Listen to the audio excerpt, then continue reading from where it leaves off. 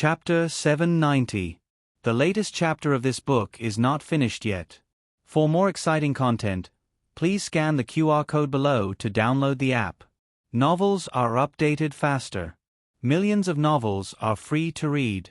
Novels with connotations that can't be found online are all available here.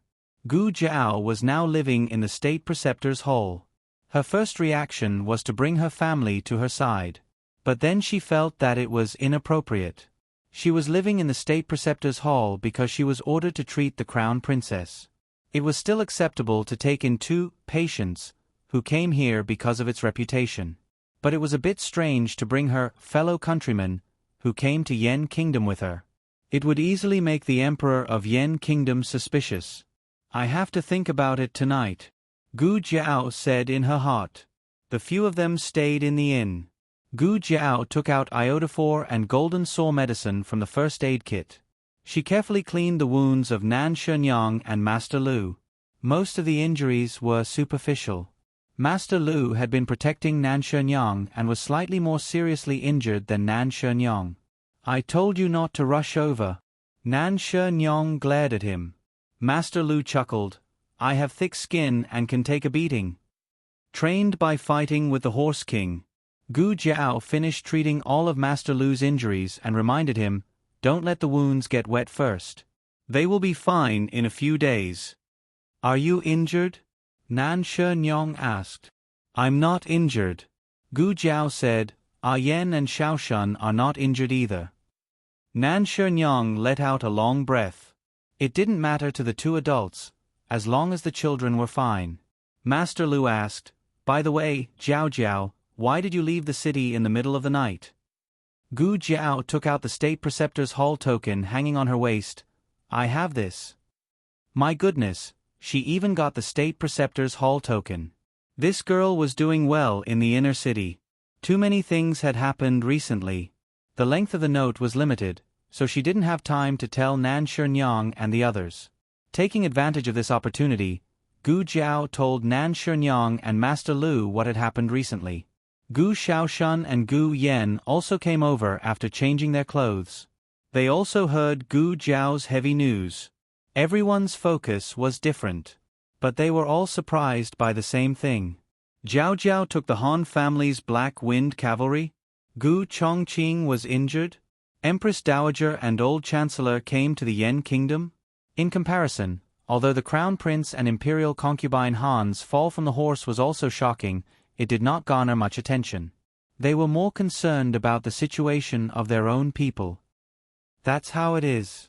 Gu Jiao concluded with a single sentence.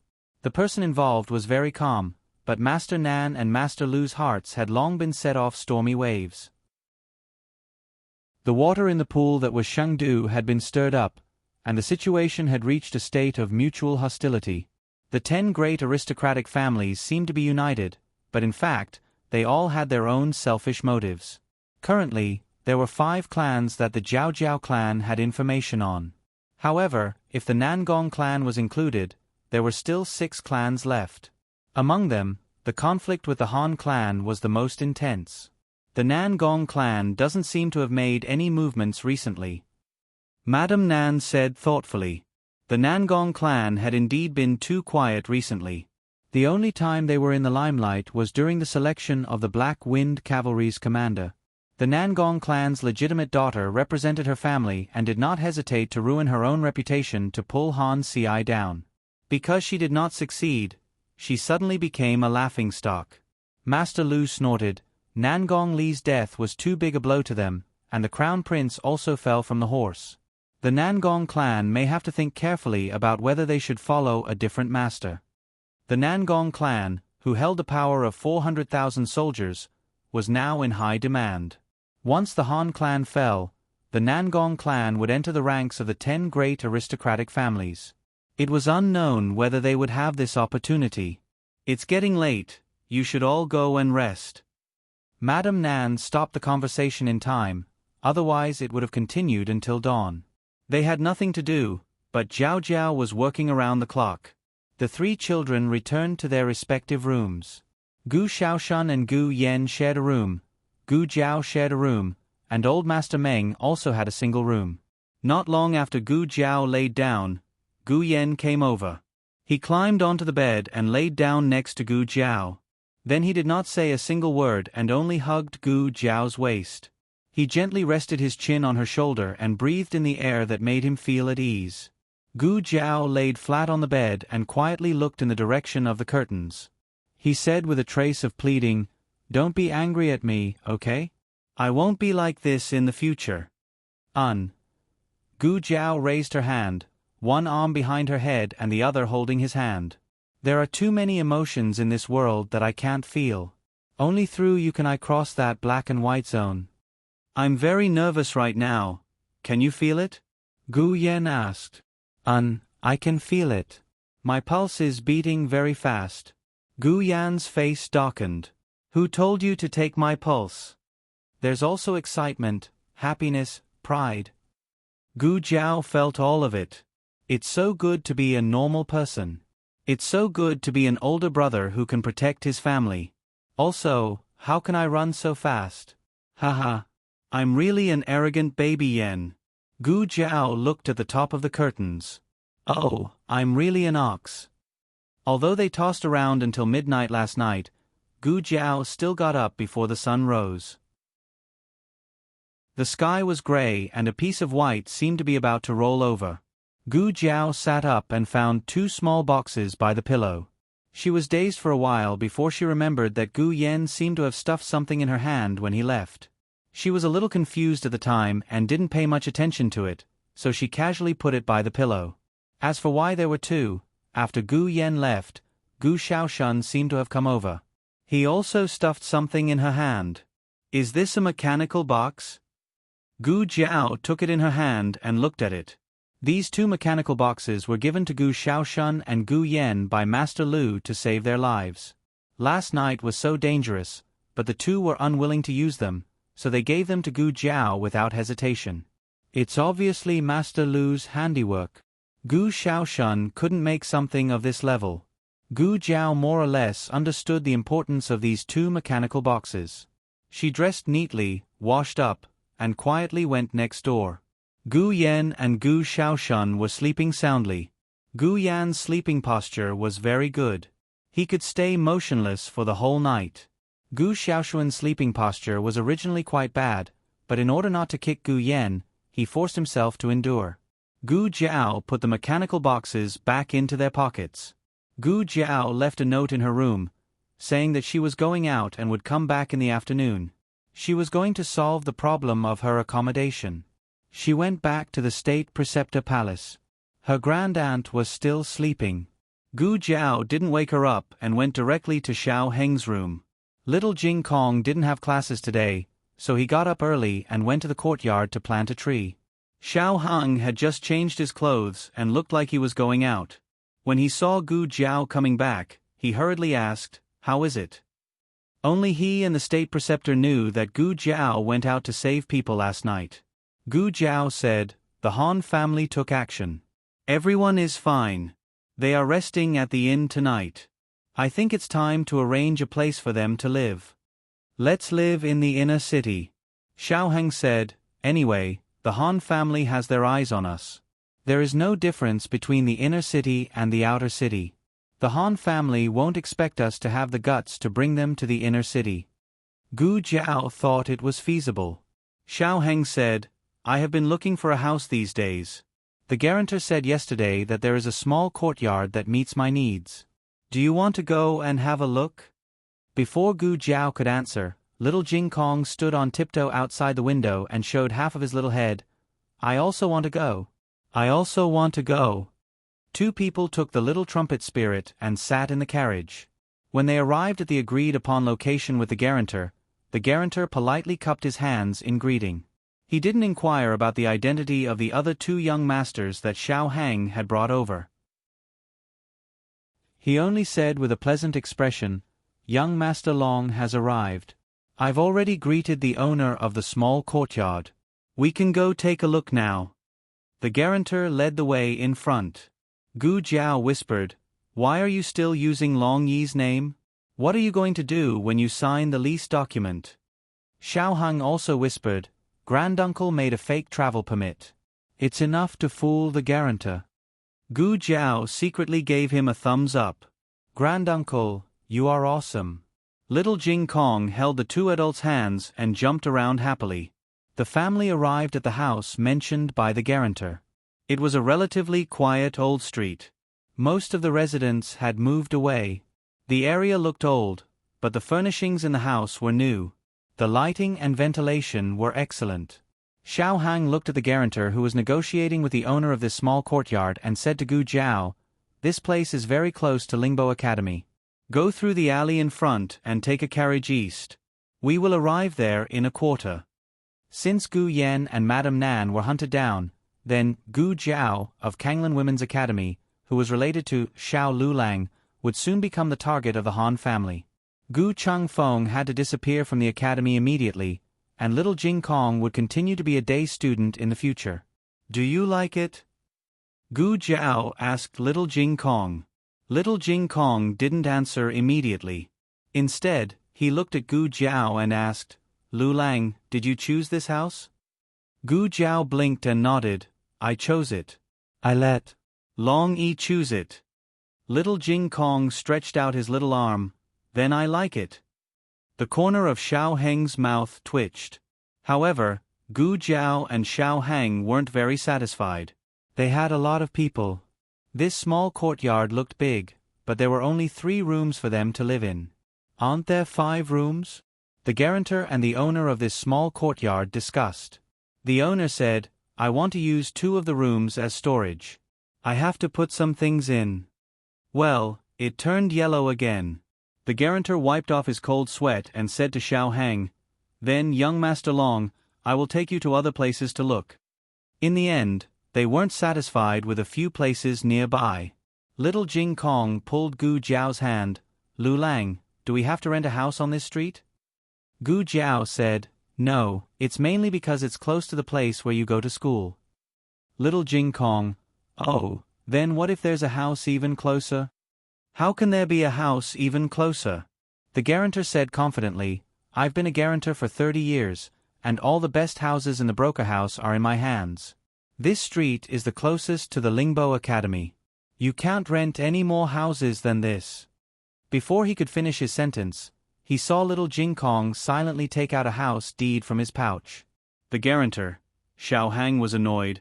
"Why didn't you tell me earlier that you have a house deed?" Little Jing Kong crossed his arms and snorted, "I won't give it to you if you ask me." "Jiao Jiao, I'll give it to you if you ask me." The guarantor found a shady tree to check the authenticity of the house deed, so he didn't hear their conversation. Xiao Hang said, "Jiao Jiao used to live in the outer city. He couldn't even live in such a small house. I didn't see you take out the house deed." Little Jing Kong felt wronged. He spread out his hands and said, "Jiao Jiao was looking for a house in the outer city. I don't have one in the outer city." His words were like a country bumpkin asking a rich friend for a punitive expedition. "Why didn't you lend me your car last night?" The rich friend said, "You said you could lend me a Xiaoli." "I don't have a Xiaoli, I only have a Ferrari." Gu Vasai Jiao. I admit defeat. Xiao Heng's teeth hurt even more. He changed from Zhao state to Yen state. Was his landlord still the little monk in front of him? How much did he owe the little monk in his previous life? The little landlord stuck out his chest and shook one of his little feet proudly. "I'll rent it to you at a cheap price. 500 taels a month." Xiao Heng's body trembled. "Little monk, you're raising the price." While they were fighting with wits and courage, a horse carriage slowly came and stopped beside Gu Jiao and the other 2. Then, the window was opened and Second Master Jing stuck his head out. Qing, Lu Lang, why are you here?" "Oh, who's this little devil?" Little Jing Kong angrily glared at him with his hands on his waist. "You're the little devil." "Ah, I remember now. You're that. During the 3 days when Gu Jiao was in a coma after the selection of the Black Wind Cavalry's commander, Second Master Jing accompanied Dukan to visit Gu Jiao at the State Preceptor Hall and met little Jing Kong. However, little Jing Kong was wearing the Academy's uniform at that time and looked like a little scholar. Now that he was dressed like an ordinary young master, it was hard to recognize him. "I'm not that. I'm Jing Kong." Little Jing Kong seriously corrected him. Second Master Jing laughed. Yes, yes, yes, that's your name. You even saved the little commandery princess. You're a little hero. So much nonsense. You're even blocking me from seeing my daughter. Today, I want to beat up my stupid brother again. Dukan's eyes were as sharp as knives. However, Second Master Jing and his eldest brother had no tacit understanding. Gu Jiao walked over and looked through the window. When she saw Dukan, her mood suddenly became very good. When Dukan saw Gu Jiao, he couldn't hide the smile in his eyes. After knowing that Gu Jiao was looking for a house, Dukan proposed to let her live in the Duke's mansion. Oh.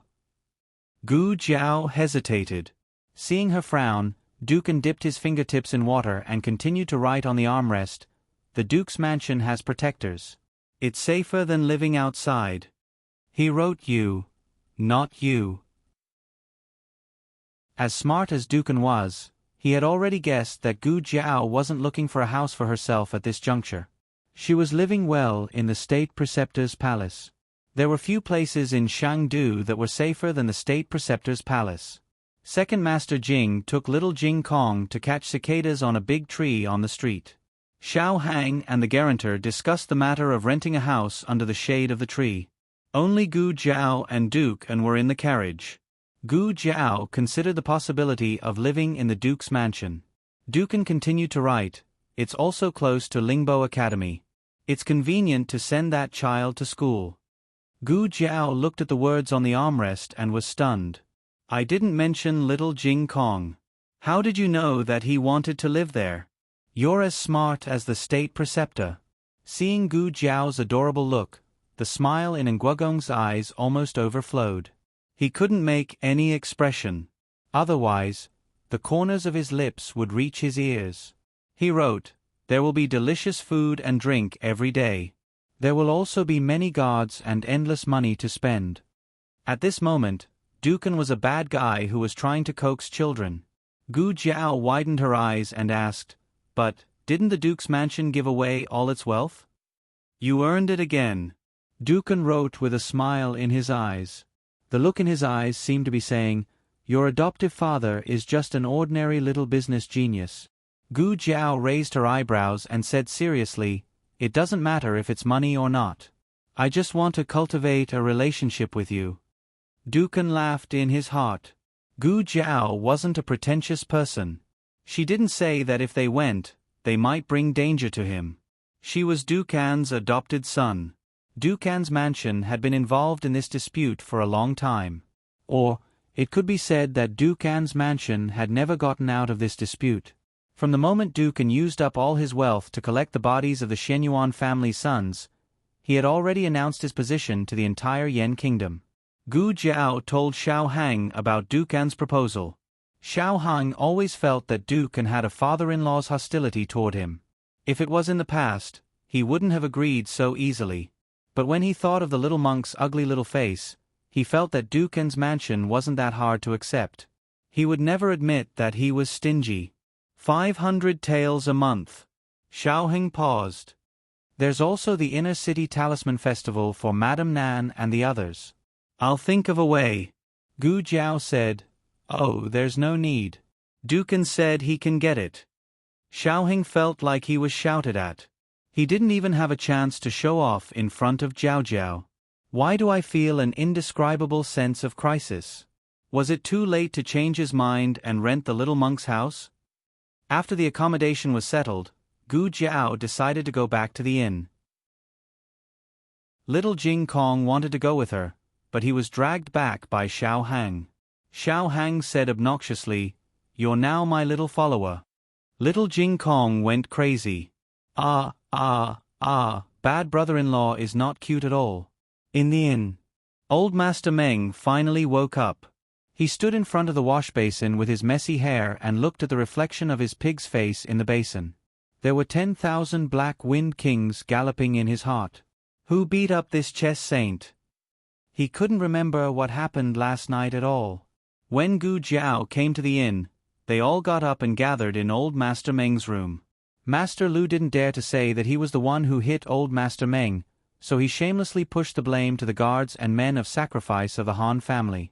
Old Master Meng was successfully led astray and made a mark on the Han family in his heart. Gu Jiao told him about her plan to move. In the afternoon, Dukan's mansion will send the inner city talismans to the inn. We'll move in at night. So fast. Gu Yen was surprised. I mean, it'll take half a day to get the inner city talismans. The inner city talismans were not a small matter. Generally, the government office was not qualified to issue talismans to people from other countries. Even if it was, it would take a few months. Gu Jiao said, Dukan said he has a way. After saying goodbye to Gu Jiao, Dukan immediately went to deal with it. Although the talismans were tricky, there was a family that had the privilege to issue them. That was the Mu family. Old Master Su was the governor of Shang City and had a good relationship with Honglu Temple, who was in charge of foreign affairs. Dukan asked Second Master Jing to invite Mu Qingchen over. After Gu Jiao left Tianqiong Academy, Mu Qingchen rarely went there. He had been living in the Su family these days, so he came over quickly. Dukan, you look good, Mu Qingchen said. I'm much better than before. Dukan wrote on the armrest. Mu Qingchen stood beside him and looked at the words on the armrest. He couldn't help but be amazed. A living dead who had been in a coma for 3 years had recovered to such a surprising extent in less than 3 months. Gu Jiao participated in the selection of the Black Wind Cavalry's commander as Dukan's adopted son. In the end, Gu Jiao won. In other words, this strong opponent was sent to the field by Dukan. However, Mu Qingchen didn't have a grudge against Dukan because of this. He didn't even ask why Dukan adopted a young man from Zhao country. They got along with each other as usual. Dukan continued to write, Qingchen, to tell you the truth, I have a request. Go ahead. Dukan wrote his request solemnly on the armrest. He knew that this matter was very abrupt and difficult to handle. However, it was an emergency. Mu Qingchen's method was the fastest way he could think of. When do you want it? Mu Qingchen asked. This was a promise.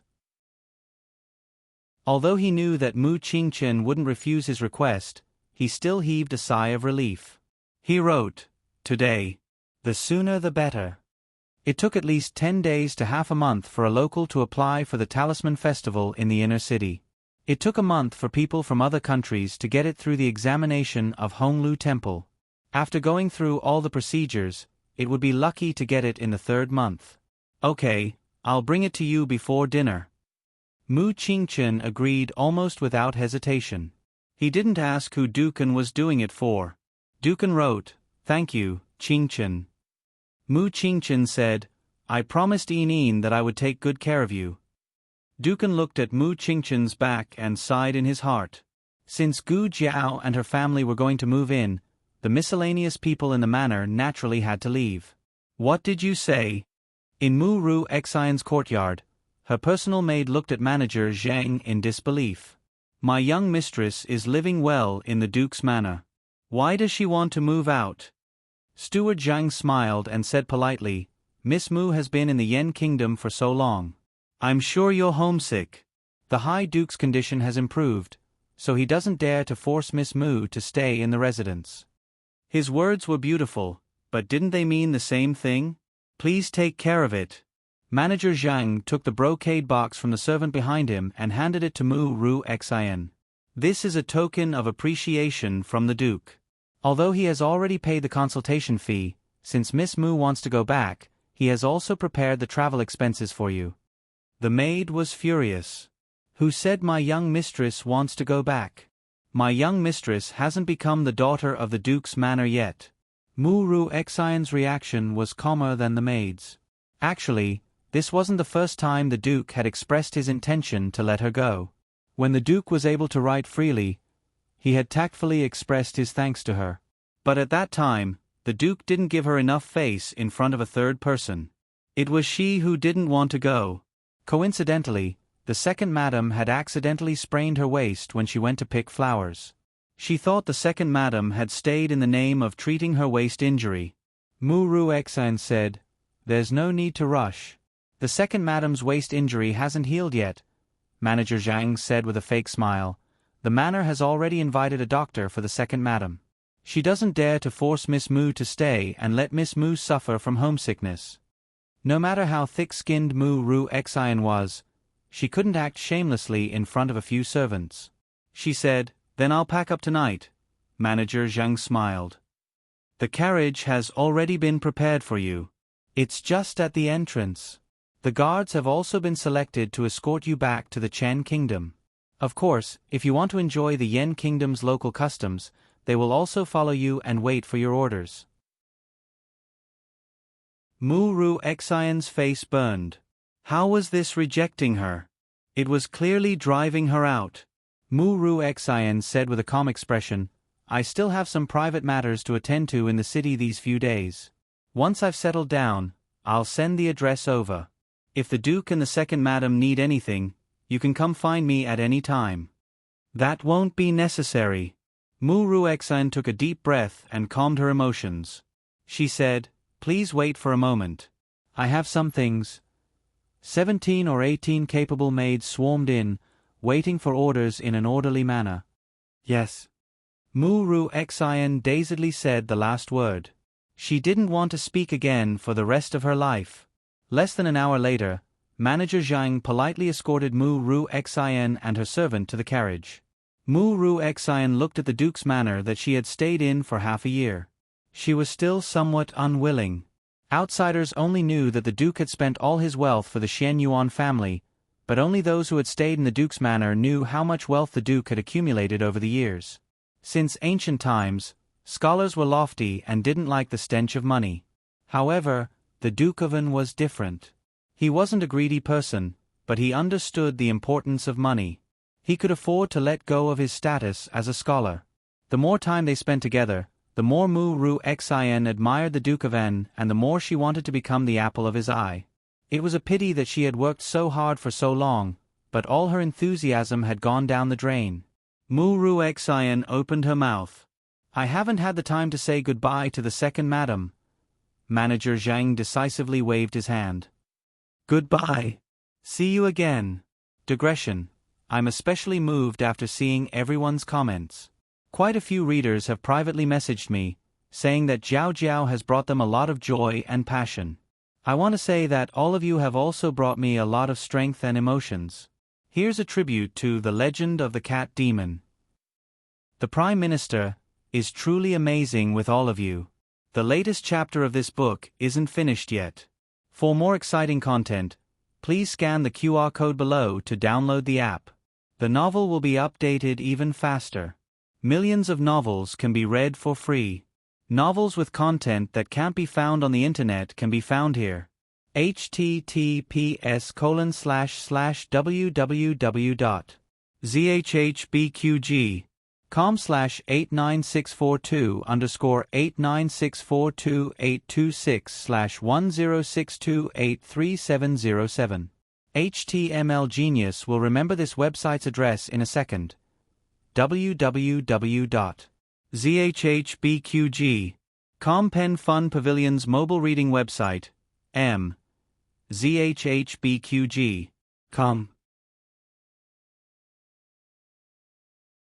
Chapter 792.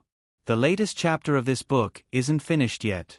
For more exciting content, please scan the QR code below to download the app. The novel will be updated even faster. Millions of novels will be read for free. Novels with content that can't be found on the internet can be found here. Mu Ruexan was so angry that she almost fainted. She didn't understand what was going on.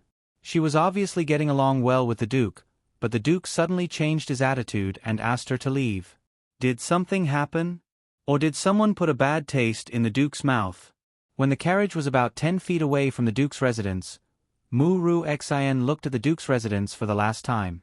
Who knew that she would see a few carriages from the Duke's residence, with the leading one being the second Master Jing's carriage.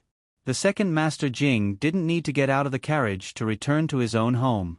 The manservant respectfully opened the main door for him.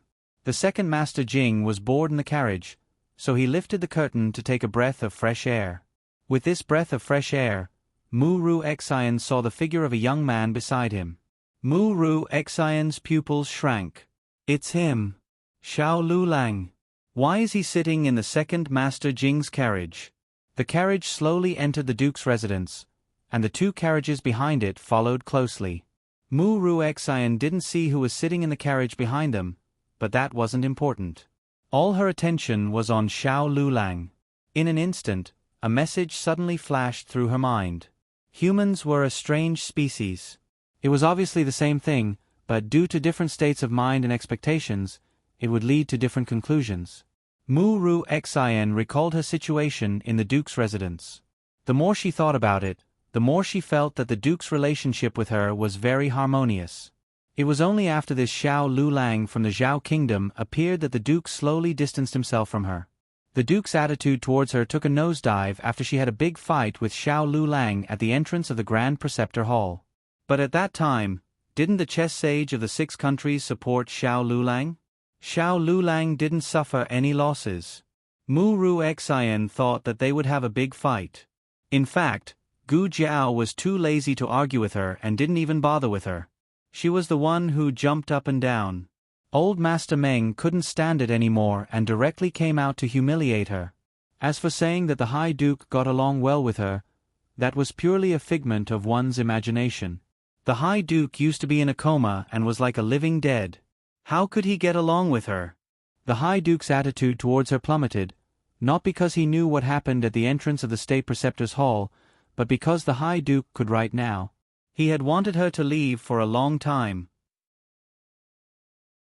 The first thing the Duke wanted to write when he woke up was, Mu-Ru Xian, dismiss her. However, he didn't have enough strength, so he only wrote a single Mu character. Jing Shang, that simple-minded person, mistakenly thought that the Duke was worried about Mu-Ru Xian. Second Madam had also misunderstood the Duke's intentions.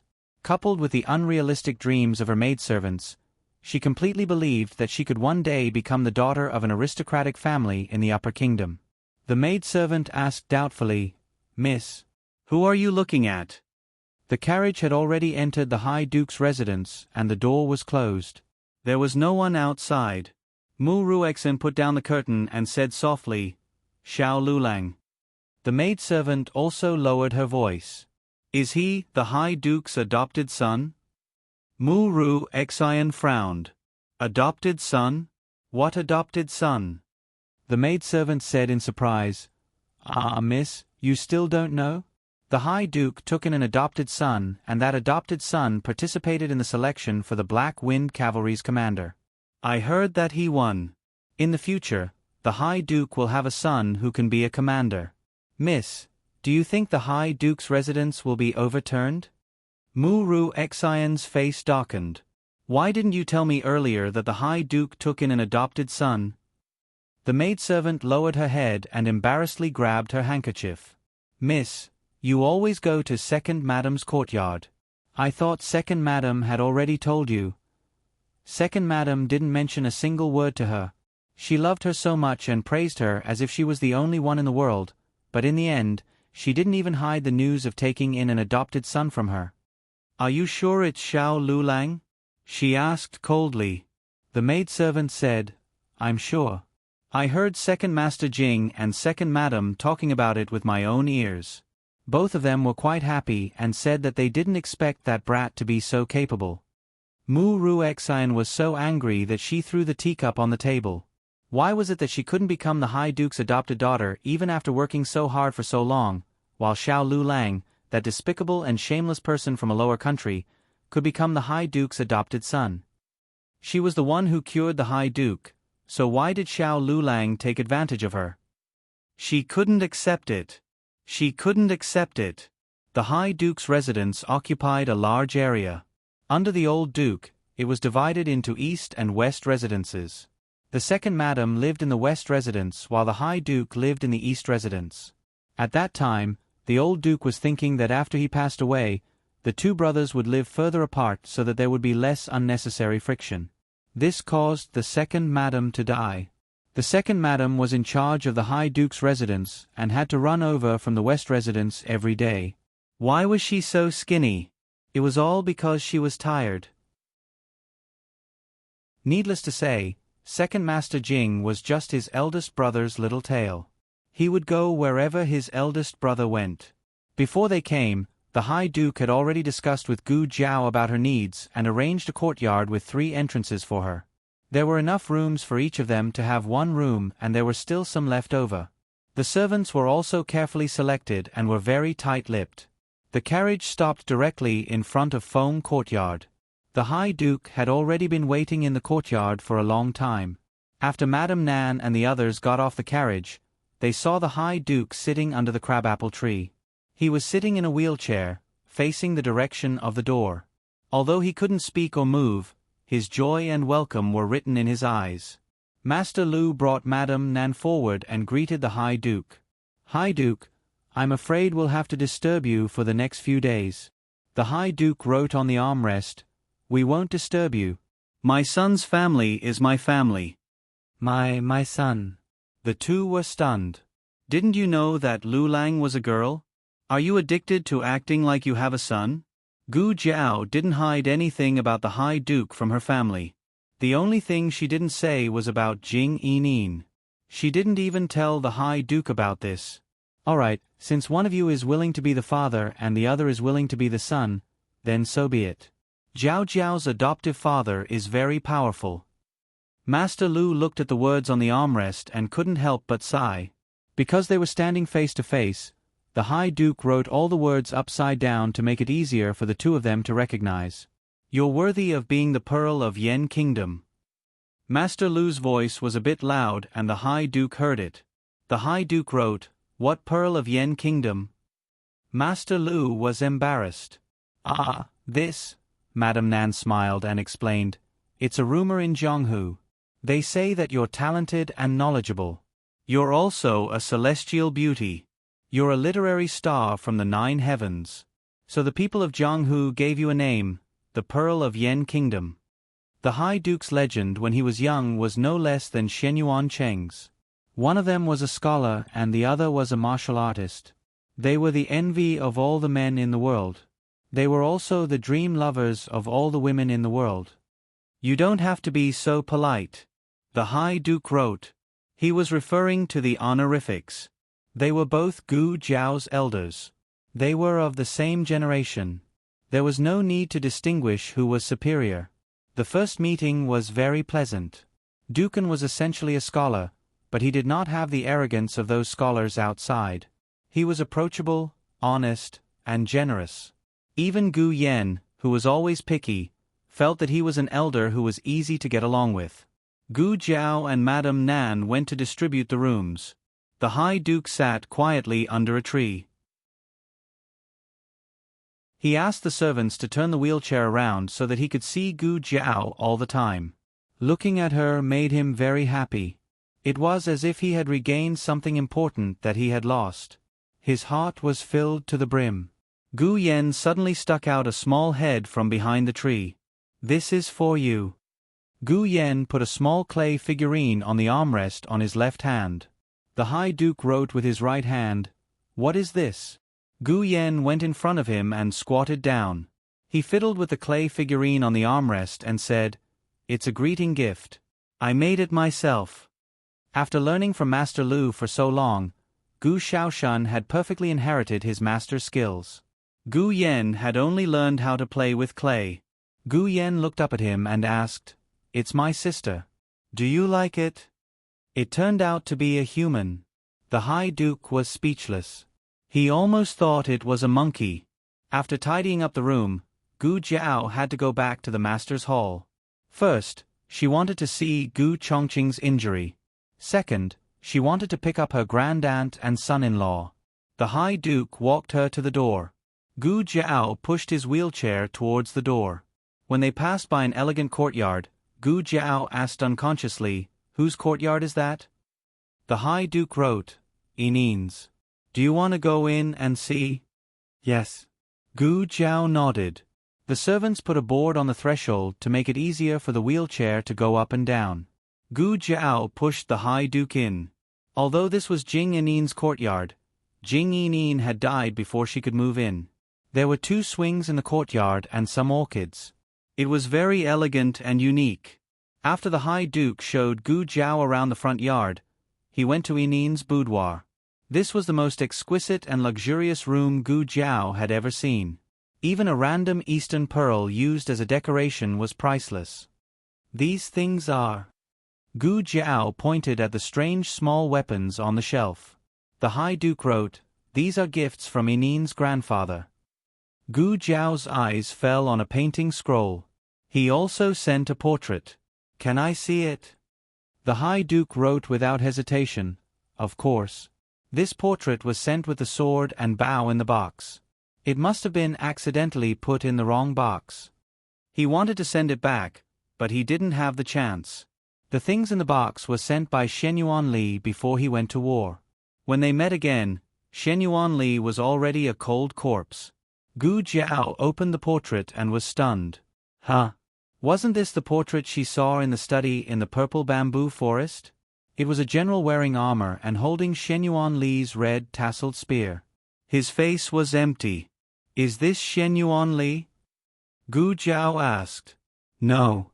The High Duke said, "Yinin's grandfather didn't have this set of armor. Shenyuan Li's most famous armor was his golden armor.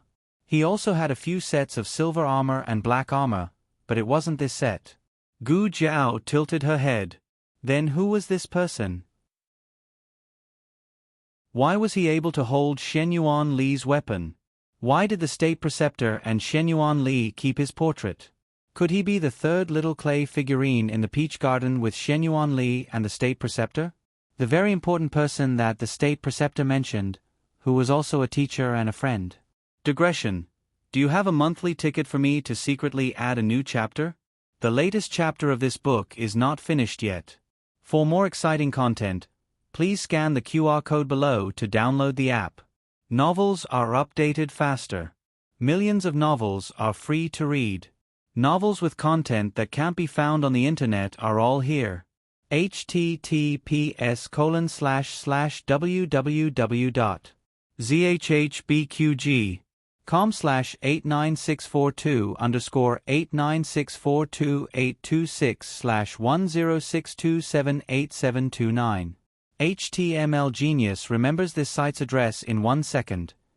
www.zhbqg.com Biku Gu mobile reading website, zhbqg.com.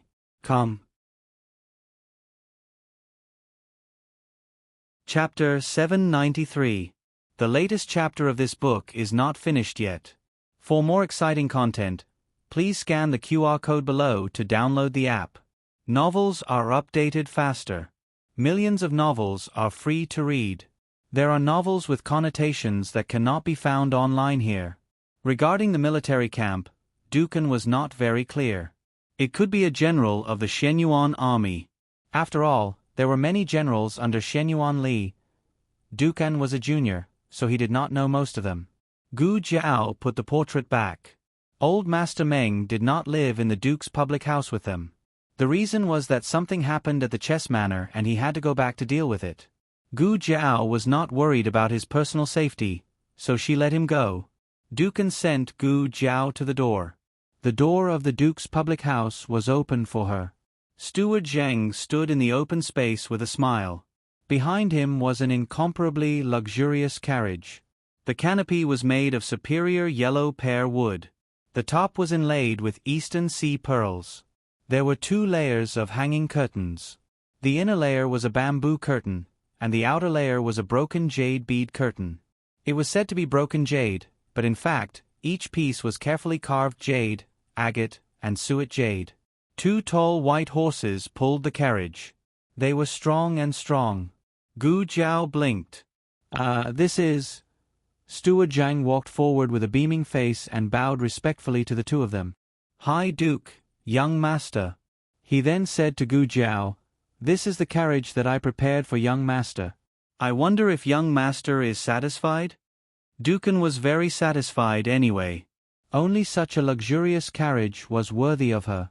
Gu Jiao thought to herself, "Isn't this a little too exaggerated? Won't I be robbed if I go out in this kind of carriage?" Forget it, it seems like no one can rob me. Thank you, foster father. Gu Jiao thanked Duken and was about to sit in the carriage. Young master, please wait a moment. Steward Zheng smiled and stopped Gu Jiao. He took out a brand new banknote from his wide sleeve. This is your small allowance today. Pocket money? 100 taels? So much. Gu Jiao coughed lightly and asked Manager Zhang in a low voice, Are you sure it's for a day and not for a month? Manager Zhang smiled and said, It's just 1 day. The High Duke asked young master to take a look first. If it's not enough, he'll give more. Rich and inhumane this was. Gu Jiao suddenly had an illusion. It was just like in her previous life, when the rich parents in her class sent their children out. Not only did they give them luxury cars, but they also gave them a huge sum of pocket money. The only thing missing was the sentence, Don't come back until you've spent it all. Oh, so this is what it feels like to be a rich second generation. That's right, it's pretty good. Gu Jiao accepted the banknotes seriously. Seeing her accept it, a smile appeared in the bottom of Duken's eyes. Gu Jiao said goodbye to Duken and left in the carriage. Manager Zhang came behind Duken and pushed his wheelchair. He chuckled and said, Duke, let me push you back to your courtyard to rest. Duken wrote on the armrest, Go to the accounts room. Manager Zheng asked, It's getting late. Why are you going to the accounts room? Duken wrote, To earn money. Earn a lot of money for her to spend. Gu Jiao went to the state preceptor's palace. Her great-aunt and son-in-law were taken out for a walk by little Jing Kong. Xiao Hang was in Shangguan Yan's room. Zhang Dequan was also there. They seemed to be talking to Xiao Heng. Gu Jiao didn't go in. She went directly to the secret room at the end of the corridor. The small medicine box was always there. She could enter the operating room at any time. Gu Jiao hurried back to change the dressing for Gu Chongqing. When she entered the ICU, she found that the state preceptor was also there. The dressing had been changed. Has he woken up? Gu Jiao asked. No. The state preceptor said, Have you finished? Gu Jiao nodded and said, Yes, I've settled everything. The first sentence was an answer, and the second sentence was a voluntary explanation. It didn't seem strange. But from Gu Jiao's mouth, it was enough to show that Gu Jiao's trust in the state preceptor had reached a higher level. Gu Jiao stood in front of the bed, looked at the unconscious Gu Chongqing, and said, But I have a doubt in my mind. The state preceptor said, Go ahead. Gu Jiao said thoughtfully, I just thought of it on the way back to the state preceptor's palace. According to the information brought back by the emperor's grandson, Imperial concubine Han thought that concubine Wang Xian framed her. The Han family should take revenge on the Wang family.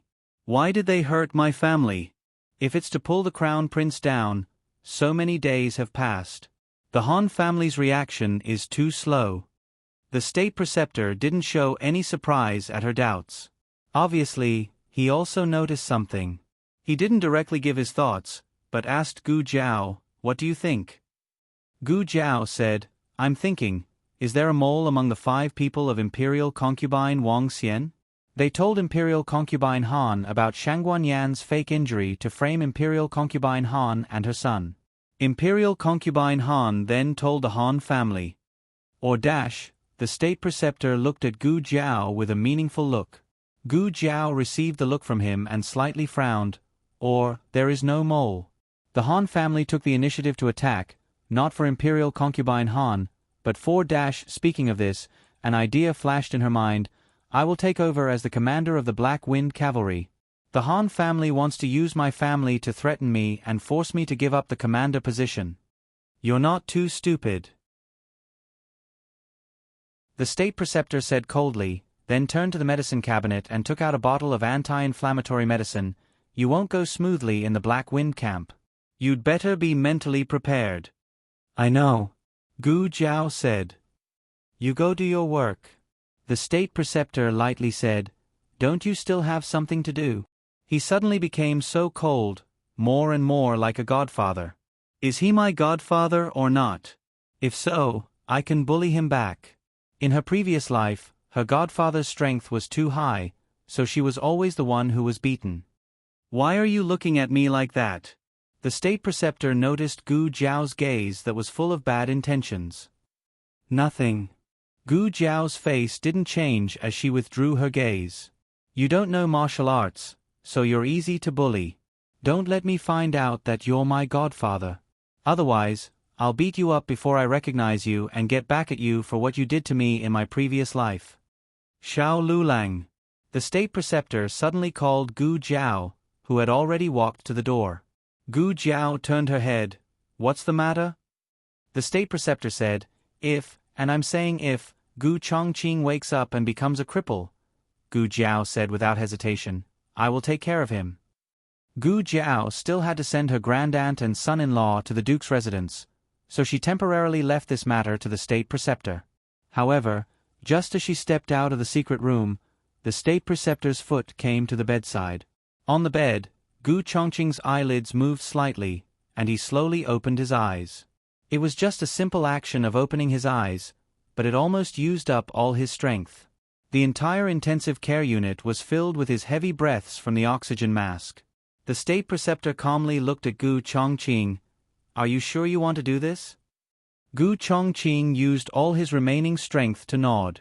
After Mu Ru Xin saw Gu Jiao outside the duke's residence, her uneasiness reached its peak.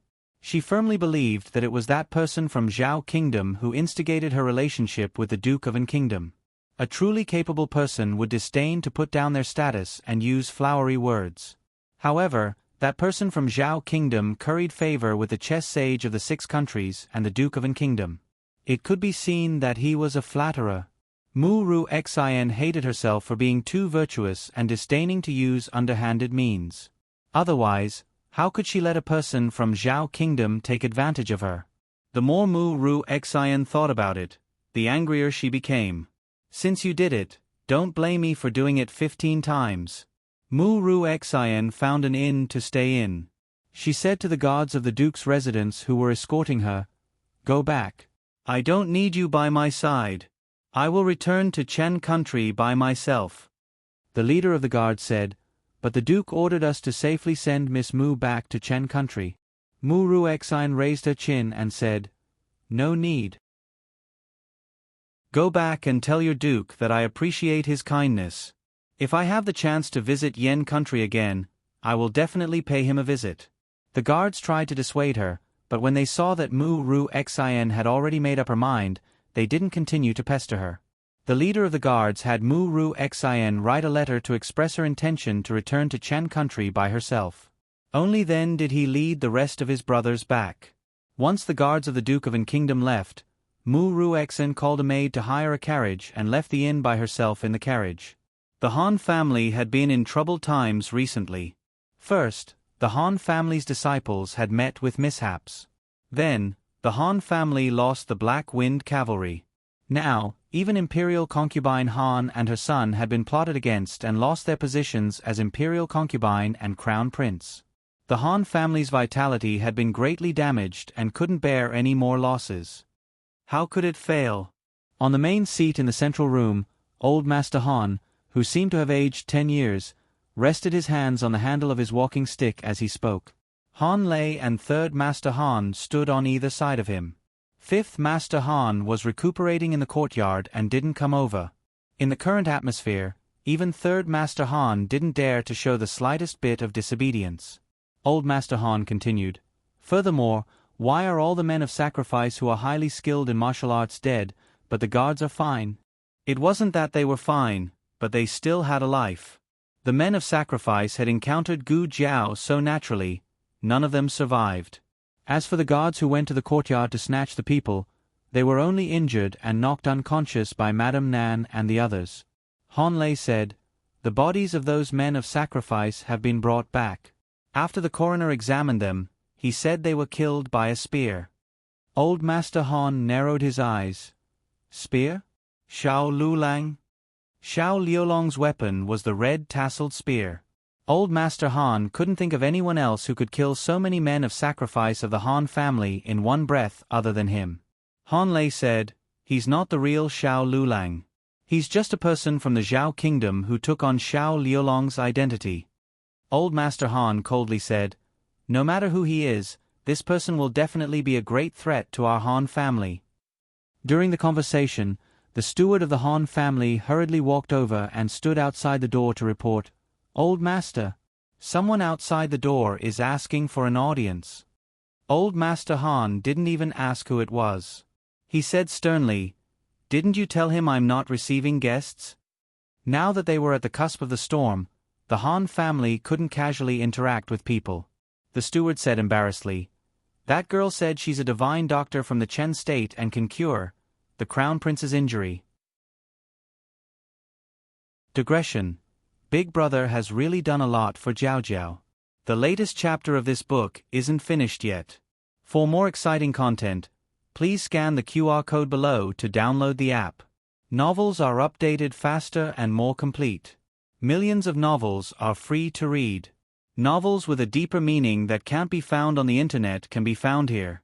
https://www.zhbqg.com/89642/826462190. HTML Genius remembers this website's address in 1 second. www.zhbqg.com Biku Gu mobile reading website, m. zhbqg.com.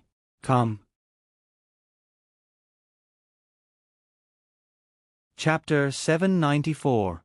The latest chapter of this book is not finished yet. For more exciting content, please scan the QR code below to download the app. Novels are updated faster. Millions of novels are free to read. Novels with content that can't be found on the internet are available here.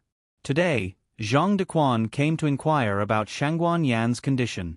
According to the plan, Xiao Hang told Zhang Dequan that Shangguan Yan woke up for a while during the day and fell asleep again in the afternoon. Zhang Dequan was overjoyed when he heard this and hurried back to the palace to report the good news of Shangguan Yan to the king. When Wang Xian and the other 4 people in the palace heard that Shangguan Yan woke up, they couldn't help but panic. Originally, they still had a glimmer of hope, thinking that Shangguan Yan was just scaring them and wouldn't really dare to perish together with them. But now, Shangguan Yan's awakening was undoubtedly the last wake-up call for them. They must find something that could move Shangguan Yan as soon as possible and redeem their weakness in Shangguan Yan's hands. At night, after little Jing Kong was bathed by his bad brother-in-law, he climbed onto the bed and fell asleep after jumping twice in dissatisfaction. Gu Jiao and Xiao Hang had a discussion. Little Jing Kong was now his little follower, so it was best for him to stay with him. After Shangguan Yan recovered enough to return to the palace, he would find an excuse to take little Jing Kong to live in the Duke's mansion. I said, "Let's go to Uncle's house and stay for a few days." Anyway, the Emperor's grandson didn't have many months left to live. His last wish would be fulfilled by the king. Gu Jiao felt that it was feasible. After the two finished talking, they went to her grandaunt's place. Gu Jiao had originally planned to pack up her great-aunt's things, but who knew that she would see her great-aunt sitting on the chair with her legs crossed and eating melon seeds. The old chancellor had a bundle in each of his hands. "Everything is packed, let's go." Gu Jiao's mouth twitched. "You are too self-conscious as a son-in-law." The Han family even had their eyes on Martial Aunt Nan. Song Lan Women's Academy's Miss Gu was no longer safe. Gu Jiao called Gu Changfeng and went to the Duke's mansion in the carriage. And Guoping usually slept early, but tonight, in order to wait for the two elders, he forced himself to stay awake until now. Gu Jiao didn't say much about her identity. She only said that her real name was Gu Jiao and that she was from the Zhao kingdom. She didn't mention anything about the Marquis's daughter or the Protector Commandery princess. As for Empress Dowager Zhuang and the old chancellor, she only said that they were her great-aunt and son-in-law. An Guogong was a noble in Shangguan, but since he cared about Gu Jiao, he would respect Gu Jiao's elders. The carriage stopped at the gate of Maple Courtyard. Ducan's gaze was fixed on the carriage. When Gu Jiao jumped down from the carriage, the entire night seemed to be lit up by his gaze. It was a kind of steadiness and joy that came from looking forward to seeing their child. Empress Dowager Zhuang glanced at him and was carried off the carriage by Gu Jiao. The old chancellor went down by himself. Empress Dowager Zhuang, Jiao Jiao, you're so thick-skinned. Go by yourself. Butler Zhang pushed Anghua Gong to the two elders with a smile. Hello, Old Master Hua and Old Madam Hua. Anghua Gong wrote on the armrest, Please forgive me for not being able to welcome you personally. Gu Jiao said to her great-aunt, Duke said that he welcomes you very much. Empress Dowager Zhuang glanced at her, I don't need you to translate. The little girl's heart was biased. Gu Jiao said to Anghua Gong, Great-aunt is very satisfied with you. Empress Dowager Zhuang's mouth twitched. How could she see that she was satisfied? You're siding with an outsider a little too quickly. Humph. Empress Dowager Zhuang snorted and walked into the courtyard with a strong aura. Gu Jiao took the bag from the old chancellor and sent her great-aunt to the decorated room. Great-aunt, what do you think of Duke? Empress Dowager Zhuang said expressionlessly, You didn't ask me at that time. How about Lu Lang? Gu Jiao blinked. The melons are cut. I'll go get them. She flashed out of the room. Empress Dowager Zhuang was angry and amused. She muttered carelessly, He looks better than your father in Lord Protector's manner. Great-aunt. Great-uncle. It was Gu Yan's excited roar. Empress Dowager Zhuang had just secretly taken out a candied fruit. She was so scared that her hand shook and she almost dropped the candied fruit. Gu Yan, you've changed. You weren't so noisy before. After more than 3 months, Gu Yan and Gu Shaoshan finally saw their great-aunt and son-in-law again. Both of them were very happy. But when they smelled the unconcealable smell of medicine and wine on the two elders, their eyes dimmed again. Are you hurt? Gu Yan asked. Empress Dowager Zhuang waved her hand carelessly. It was raining that day. I fell. It's okay. It was very painful to fall at such an old age. Gu Yan's eyes were slightly red. Gu Shaoshan lowered his head and wiped his eyes. Okay. Aren't you fine? Empress Dowager Zhuang couldn't bear to see the two children suffer. She pulled Gu Yan's lapel. Let me see your wound. I don't have a wound. Gu Yan raised his small chin and said. Empress Dowager Zhuang really didn't see a wound on his chest. She frowned. Didn't you have an operation? Was it to coax you? Gu Yan's eyes flashed and he fell into Empress Dowager Zhuang's arms exaggeratedly. Yes, I haven't had an operation yet. I'm so weak. Ah, my heart hurts. My heart disease is acting up again. Empress Dowager Zhuang slapped his forehead. She was sure that this boy was alive. It's here. Gu Shaoshan pulled Gu Yan's right arm. The wound under the armpit is so small. He gestured with his fingertips. I applied scar cream. It's almost invisible. Empress Dowager Zhuang also wanted to see it. Gu Jiao and Dukan sat in the corridor to enjoy the cool air. Dukan couldn't turn his head, but he could feel the joy from the inside even if he could only hear the noise inside. After losing Shenyuan Zi and Yi, the East Mansion hadn't been so lively for a long time. Second Master Jing and Second Madam often brought the children to accompany him, but the liveliness didn't belong to him. He had been lonely for too long. It was so long that his heart was almost numb. It was so long that he didn't want to wake up after becoming a living dead. He wanted to die in the endless darkness countless times, but his silly younger brother invited famous doctors to extend his life countless times. Now, he was very grateful to his younger brother who never gave up. Gu Jiao looked and asked, Are you thinking about something? Yes. Dukan wrote. What are you thinking about? Gu Jiao asked. Dukan hesitated for a moment, but he still wrote truthfully, I'm thinking that you being by my side is like Een being by my side. That kind of feeling in the bottom of his heart was the same. Oh. Gu Jiao looked down. Dukan hurriedly wrote, Don't misunderstand. I'm not using you as Eneen's substitute. It's okay. Gu Jiao said. I can't tell you the truth now. Because I still don't know where my fate lies. When everything is settled, I'll definitely tell you frankly. It was late at night. The two young men, Gu Yen and Gu Xiaoshun, weren't sleepy at all, but Dukan's great-aunt and son-in-law were having a headache from the noise. Especially Gu Yen. After recovering from his heart disease, his killing power was comparable to little Jing Kong's. Because they hadn't seen each other for a long time, he had a lot to say. He was even more talkative than little Jing Kong. Dukan's great-aunt slumped in the chair soullessly. She had misjudged the cold and taciturn little Yener back then. It was time for Dukan to rest. He bid farewell to everyone, and Gu Jiao pushed him back to his courtyard. Gu Jiao pushed the Duke along a quiet path. Behind her were Gu Yen and Gu Xiaoxuan's laughter. The night breeze was very gentle, and they felt very comfortable. When they arrived at Dukan's courtyard, Steward Zheng was talking to a guard. Steward Zheng nodded to the guard. I know. I'll tell the Duke. You can leave now. Yes. The guard cupped his fists and left. Steward Zheng paced back and forth at the door. When he was about to go to Foam Courtyard, he raised his head and saw that Dukan had returned. He hurriedly walked forward. Duke. Dukan asked him with his eyes. What happened? Steward Zheng didn't have any scruples because of Gu Jiao's presence. He said truthfully, the guard who escorted Mu Ru Xian has returned. This is Mu Ru Xian's handwritten letter. Dukan, please take a look. Gu Jiao took the letter. She opened it and placed it on Dukan's armrest. Steward Zhang hurriedly ran into the courtyard and took out a lantern to light it. The letter clearly stated that Mu Ru Xian wanted to return to the country by herself. She had already disturbed them enough during this period of time, so she didn't want to trouble the Duke's family anymore. The letter was very polite, but if she was sent away like this, it would be difficult to explain to the Duke.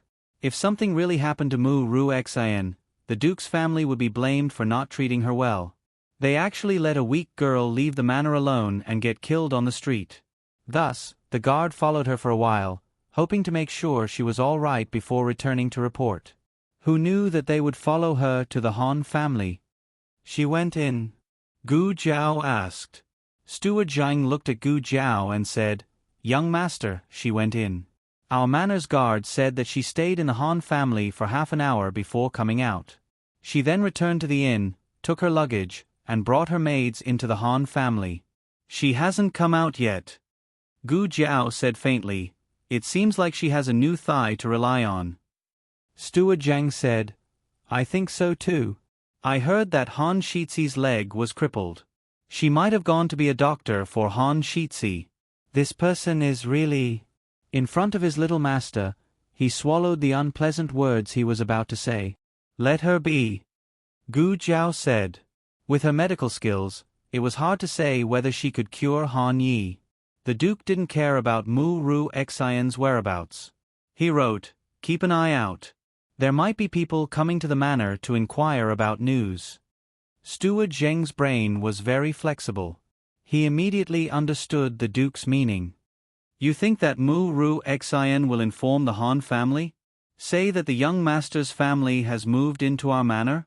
Don't worry. She won't be able to guess it. Even if she guessed it, I have a way to deal with it. The latest chapter of this book isn't finished yet. For more exciting content, please scan the QR code below to download the app. Novels are updated at a faster rate. Millions of novels can be read for free. Novels with connotations that can't be found online are all available here. https://www.zhbqg.com/89642/826/10626150. HTML Genius memorized this website's address in a second. www.zhbqg.com Biku Gu mobile reading website, m. zhbqg.com.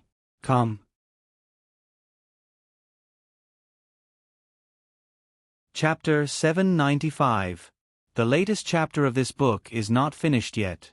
For more exciting content, please scan the QR code below to download the app. Novels are updated faster and more fully. Millions of novels are free to read. Novels with connotations that cannot be found on the internet are all available here. When Gu Jiao returned to Feng Courtyard after sending the Duke off, Gu Yan and Gu Shaoshun were forced to take a bath by her great-aunt. Her great-aunt's brain was buzzing.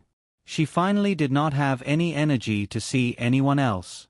She closed the door and went to take a bath. Her great-uncle returned to his room. It was obvious that he had gone to wash up. Only Gu Chengfeng's room door was left ajar. There was no sound coming from inside. Gu Jiao went up to take a look, puzzled. No one would believe it. Gu Chengfeng was wandering around the room like an idiot, admiring every table and chair in the room. His eyes were full of disbelief. It was like a curious baby entering a magical paradise. Gu Jiao was confused. I know the Duke's residence is good, but you are the son of the Marquis. Your quality of life is not bad. Is there a need for this reaction?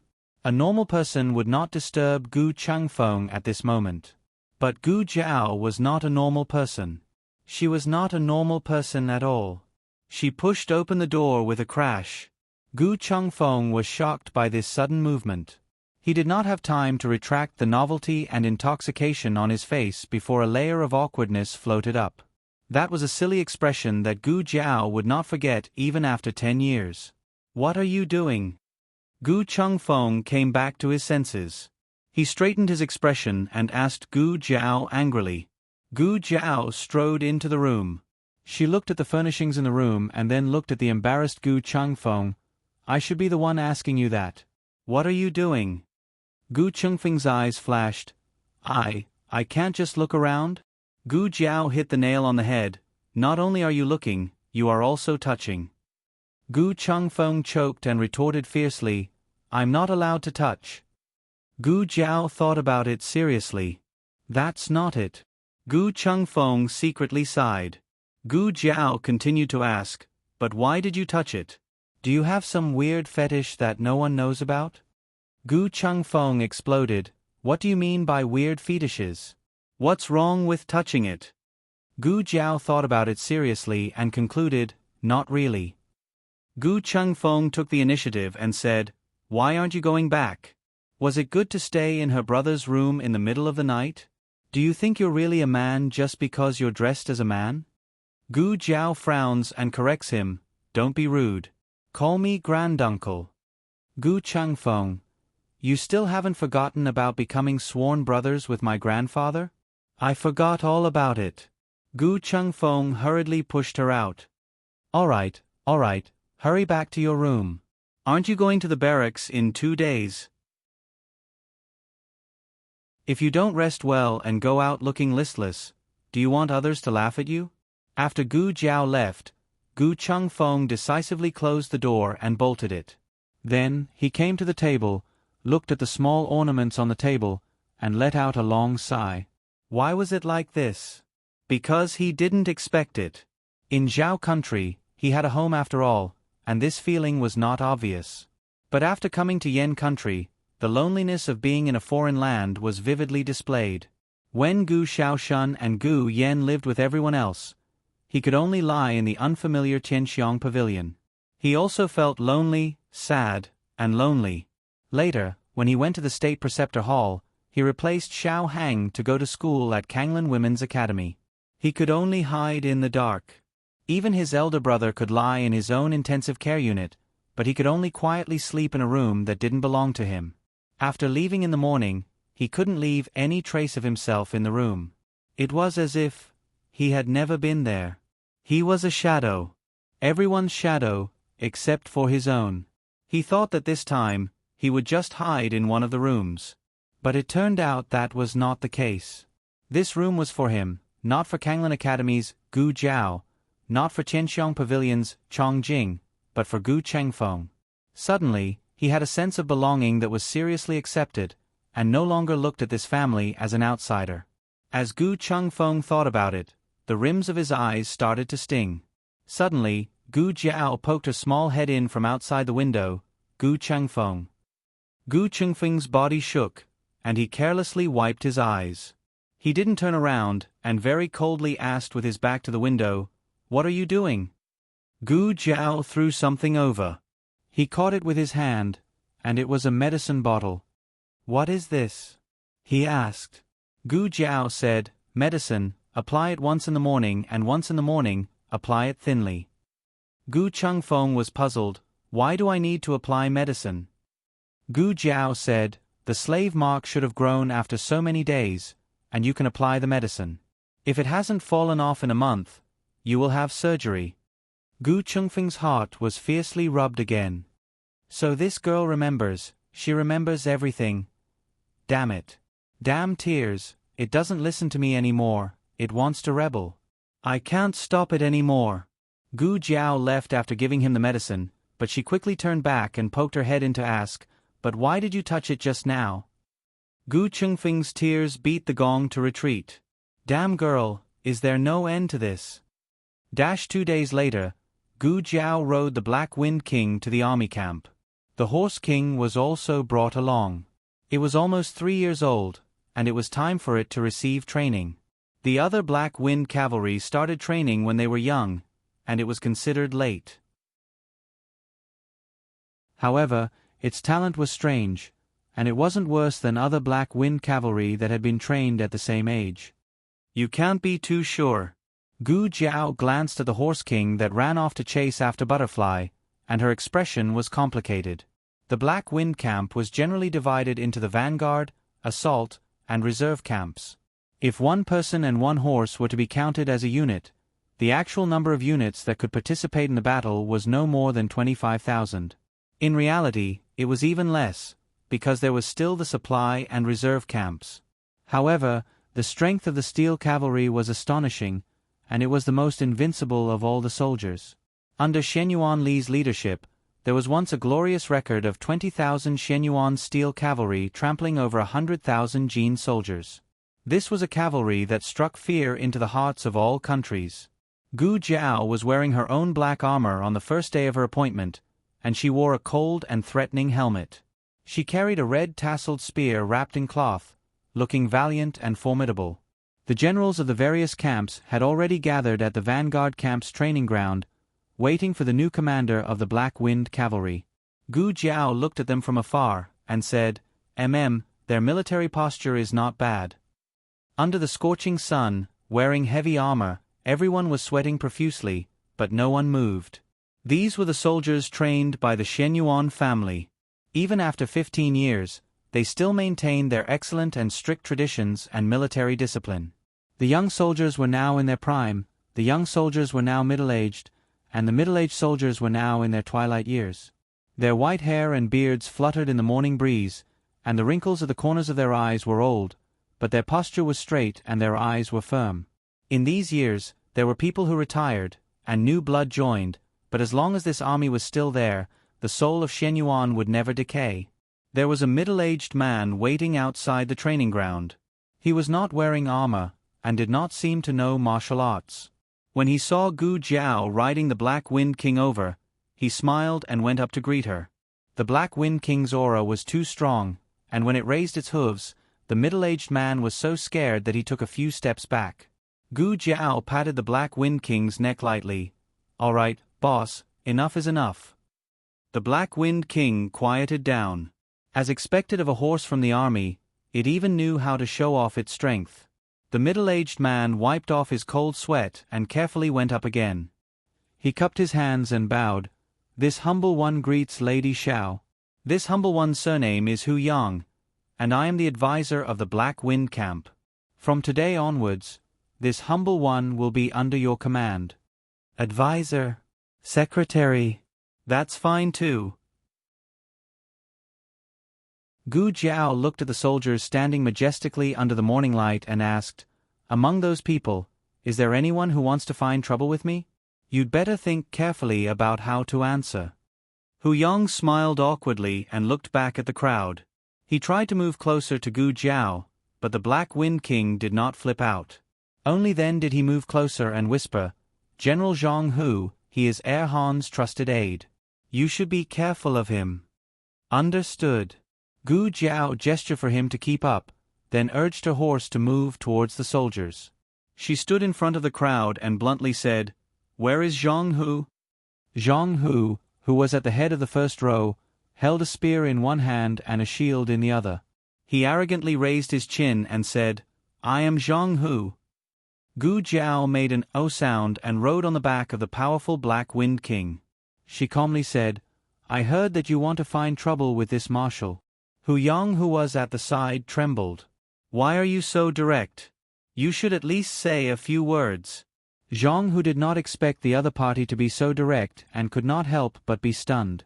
But in the end, he did not put this brat from the Zhao country in his eyes. If he was exposed, then so be it.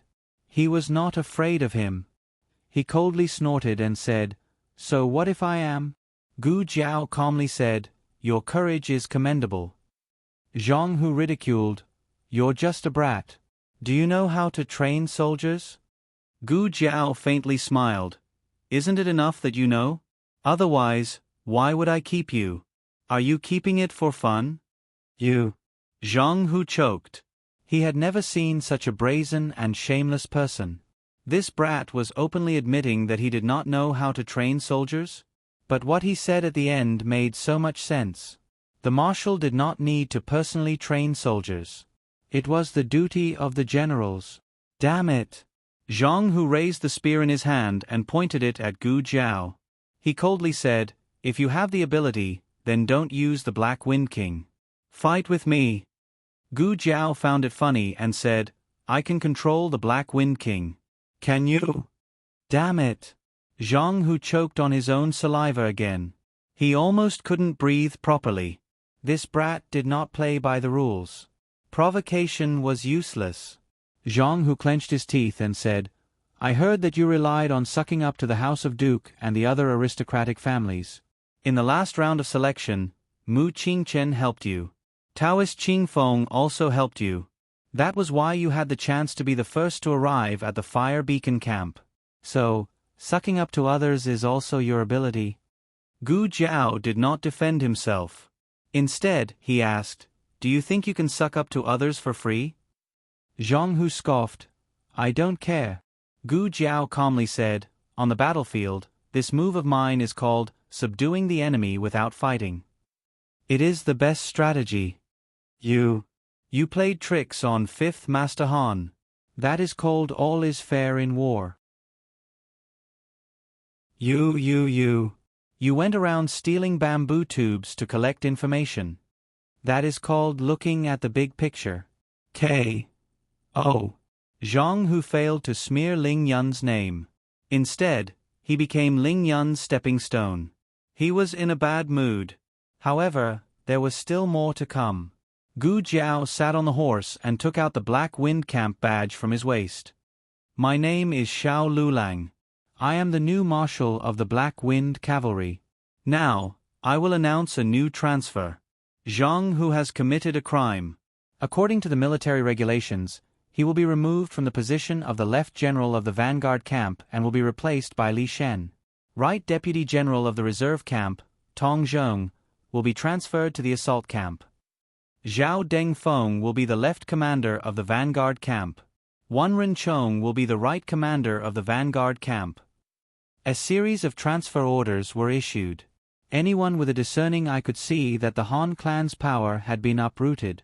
There was no hesitation or apprehension. This new marshal was very arrogant. Sir. Hu Yang stood beside Gu Jiao's horse and gave her a meaningful glance. Gu Jiao looked at him and asked, What's wrong? Hu Yang whispered, Li Shan and Zhao Dengfeng have both left the camp. Wanren Chong, he went to forge iron. Forging iron was a more common way of saying it. In truth, Wanren Chong had been transferred to the reserve camp to repair weapons and armor. All day long, he was either tinkling or mending. His status was as low as it could get. The last time Hu Yang saw him was a year ago. He felt that he was no longer the Wanren general who made people tremble in fear. He was a blacksmith who had experienced the vicissitudes of life. Everyone could spit at him and look down on him. These three generals were once the trusted aides of the Shenyuan clan. Wanren Chong had one of his fingers cut off by the enemy in order to protect Shenyuan Zi. Gu Jiao thought for a moment and said to Hu Yang, "Go and call him over." Hu Yang opened his mouth and said, "Ah, yes." Hu Yang quickly went to the blacksmith shop in the camp. There were armors and weapons waiting to be repaired everywhere. The fire in the boiler was burning fiercely. The room was so hot that it was difficult to breathe. A bearded man was waiting for the iron to be heated. He sat on a stool and picked up a needle and thread. He lowered his head and repaired the armor on his legs. He wore a leather glove on his right hand. One of the finger sheaths was empty. Hu Yang excitedly entered the room. He almost fell to the ground from heatstroke because of the hot air in the boiler. He took a few steps back and stood outside the door. He shouted at the sweaty man inside, "Wanren Chung, your good luck has come. The new commander of the Black Wind Cavalry has taken office and issued a transfer order. You can return to the vanguard camp. Or do you want to be the right commander?" "I'm not going," Wanren Chung said without raising his head. Digression. Today is another day of super hard work. The latest chapter of this book is not finished yet. For more exciting content, please scan the QR code below to download the app. Novels are updated even faster. Millions of novels are free to read. Novels that can't be found on the internet are all here. https://www.zhbqg.com/89642_896425762 HTML Genius remembers this website's address in 1 second. www.zhbqg.com Biku Gur mobile reading website. zhbqg.com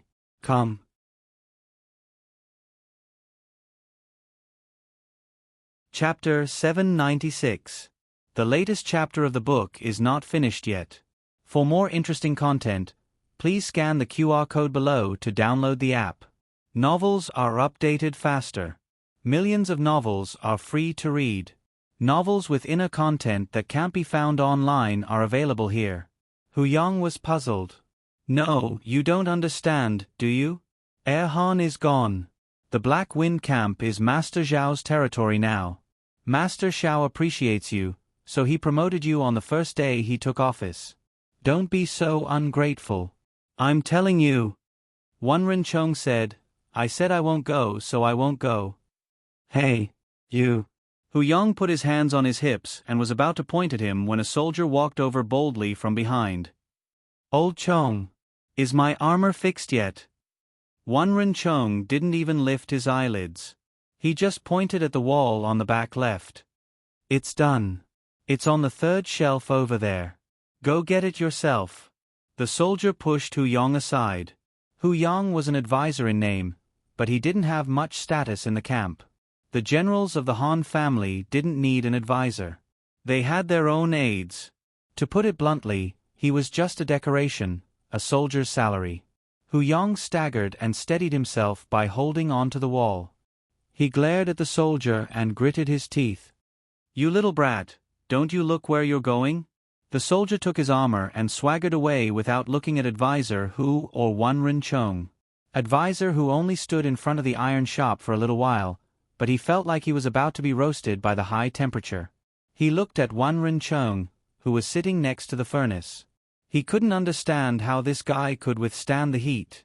Advisor Hu wiped his sweat with his sleeve and said earnestly, "Wanren Chung, you were a confidant of the Shenyuan family.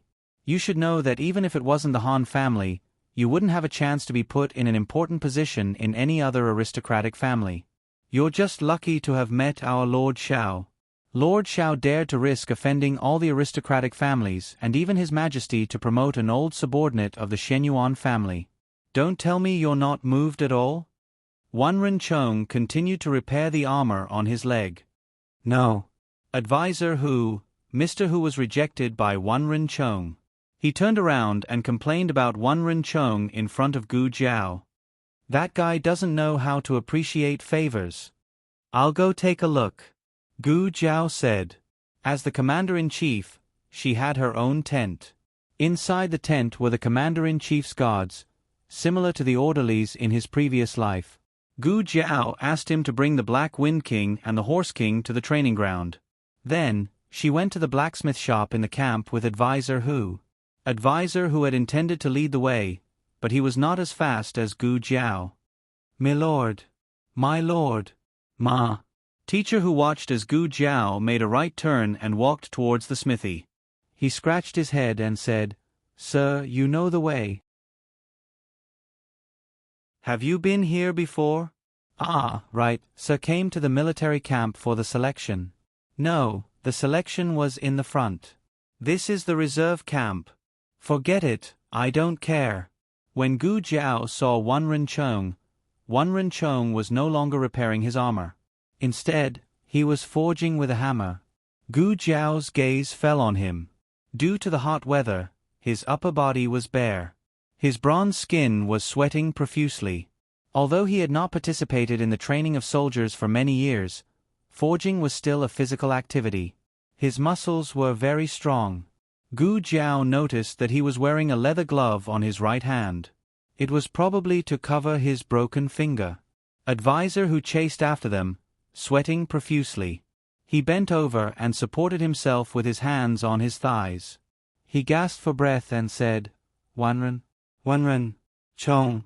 Lord Xiao has come to see you in person. Hurry, and greet Lord Xiao." Wanren Chong was not interested in the new commander-in-chief. He still did not look or hear. He waved the hammer in his hand and said, "Repair the weapons on the left. Repair the armor on the right." Gu Jiao looked at the piles of damaged armor on both sides of the courtyard and asked, "Do we need to register?" "No." Wanren Chong smashed the hammer again. A series of sparks appeared on the red-hot weapons. Gu Jiao asked, "Do you remember who these soldiers belong to?" Wanren Chong was finally impatient. He frowned and looked at Gu Jiao. "Are you going to repair them or not? If not, don't block my light." He did not finish his sentence. His eyes flashed with uncontrollable surprise. He had not expected the new commander-in-chief to be so young. Gu Jiao's official age was 19, but she was actually less than 17. Didn't she look like a young and immature teenager? However, the teenager was full of righteousness. Her temperament was calm and collected. Her eyes were full of killing intent and calmness. "Alas! How can you say that?" Advisor Hu was not as panting as before. He pointed at Wanren Chong and said, "Zhang Hu was punished for offending his superior. Do you want to be like Zhang Hu?" Wanren Chong lowered his eyes and continued to forge. "Whatever. Sigh. You." Advisor Hu was infuriated by him. Gu Jiao's reaction was quite calm. She glanced at Wanren Chong and said, "Then I'll ask you again tomorrow." Then, she put her hands behind her back and turned to leave.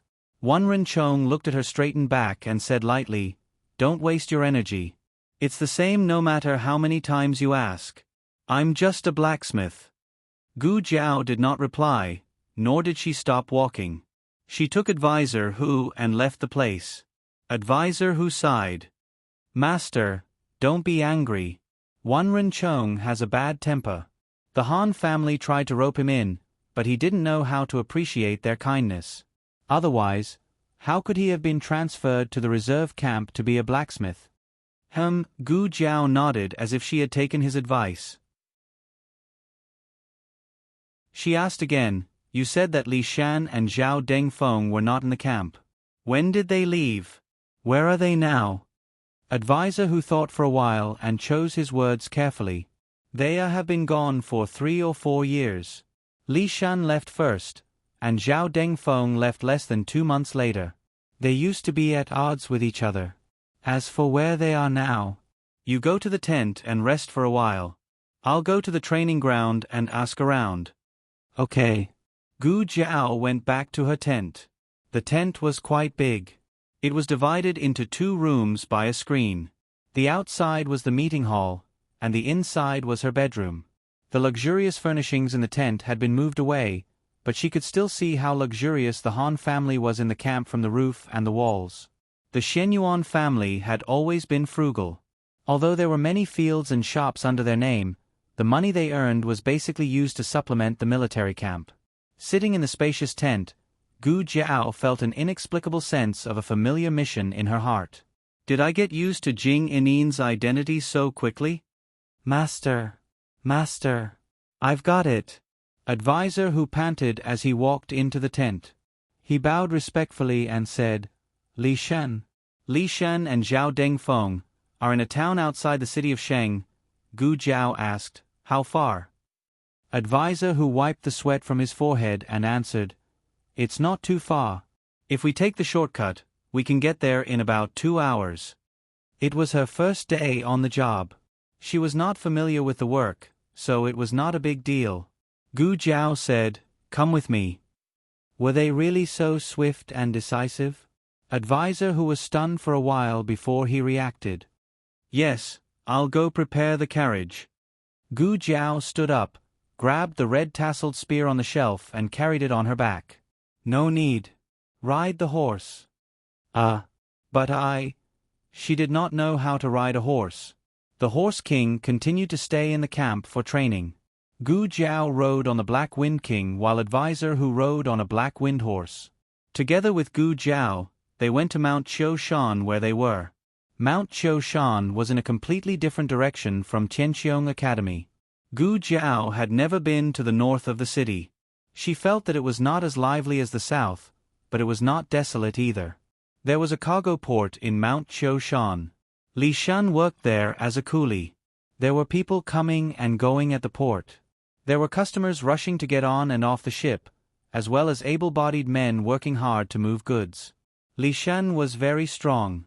He grabbed 3 sacks and carried them on his shoulders, while the others only carried one. Blue veins bulged on his forehead.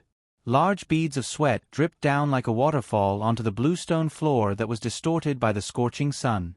They disappeared with a sizzling sound. Many able-bodied men were suffering from heat stroke. They sat weakly under the shadow of the cargo shed and panted. Gu Jiao could see that Li Shan was also suffering from heat stroke. However, he gritted his teeth and moved the 3 sacks into the warehouse before he could rest. He did not rest for long. Before he fully recovered, he walked toward the cargo ship again. Li Shen. Advisor Hu called out from his horse. Li Shen turned to look at Advisor Hu and said coldly, "You've got the wrong person." Advisor Hu said seriously, "I'm not mistaken. You're Li Shen. Wang Dazhu. Come and move the goods."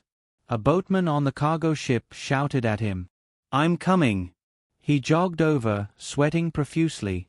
Li Shen." Advisor Hu yelled dryly. In the end, he could not stop him. Gu Jiao sat on her horse and looked in Li Shen's direction quietly.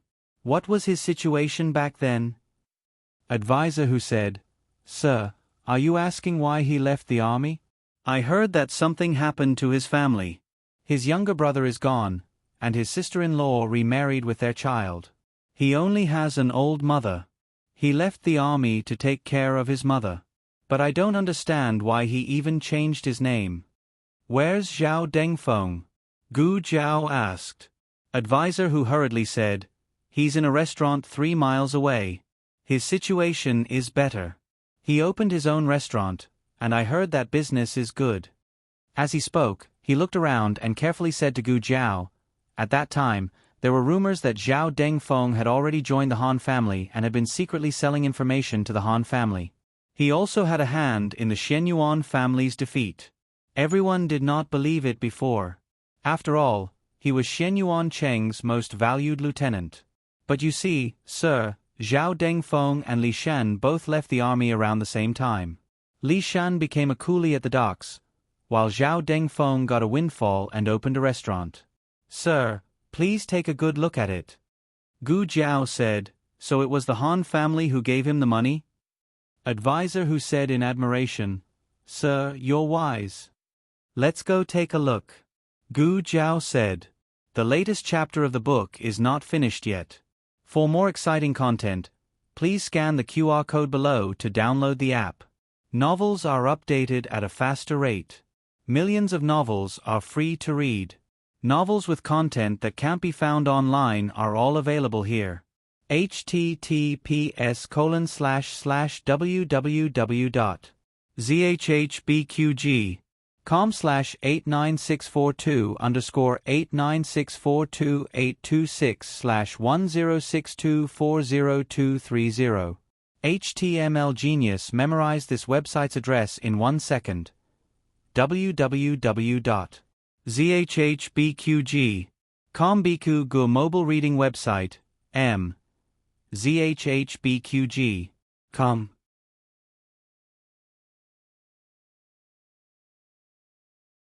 Chapter 797. The latest chapter of the book is not finished yet. For more exciting content, please scan the QR code below to download the app. Novels are updated at a faster rate. Millions of novels are free to read. Novels with a deeper meaning that could not be found online are available here. Zhao Dongfeng's restaurant was called the Crane Restaurant. It was quite famous in Mound Hill Town, so it was easy to find the way. Gu Jiao was wearing armor and riding the majestic Black Wind King. She looked like a general, but the birthmark on the left side of her face was a bit of an eyesore. When the waiter saw that the guests had arrived, he enthusiastically went out to greet them. "Dear guests, this way please." Advisor Hu asked, "Is Zhao Dengfeng here? My master is looking for him." The waiter did not dare to offend them as they were dressed like officials. He smiled awkwardly and said, "My boss is not available for guests at the moment. Boss Zhao, please have another drink with me. Don't drink from her. If you want to drink, drink from me." A woman's pretentious voice came from one of the rooms on the second floor. It sounded like there was more than one person. The waiter smiled awkwardly. Advisor Hu's face flushed red. He said angrily, "How dare you do such a despicable thing in broad daylight? You're too ridiculous." Whoosh! The window lattice was lifted. A half-undressed beauty slammed half of her body out of the window. She slammed so hard that people thought she was going to fall. Her shoulders were half exposed. Her cheeks were red, and her eyes were misty. Which stinky man said that? Was it you? Or? Her pale finger pointed from Advisor Hu to Gu Jiao. Then she smiled drunkenly. "Oh, it's a handsome little general. Come on, general. I'll have a drink with you." Advisor Hu could not bear to look. He dared to look if he was alone, but it was very awkward when he was with his superior. He quickly covered his eyes and turned his face away. Gu Jiao calmly looked up at the second floor, but she was not looking at the woman. The woman huffed. "Am I not beautiful? Who are you looking at? Who said my Son Yang is not beautiful?" Accompanied by a teasing and drunken voice, a drunken burly man arrived behind the beauty. One of his arms was propped up on the windowsill, while the other was placed on the beauty's soft and slender waist. His eyes blurred as he looked at the youth downstairs. Naturally, he also saw the Black Wind King beneath the young man. His eyes narrowed slightly as he smiled faintly and said, "Oh, which young master of the Han family is this? I have never seen him before." Advisor Hu raised his eyes and shouted, "How dare you?"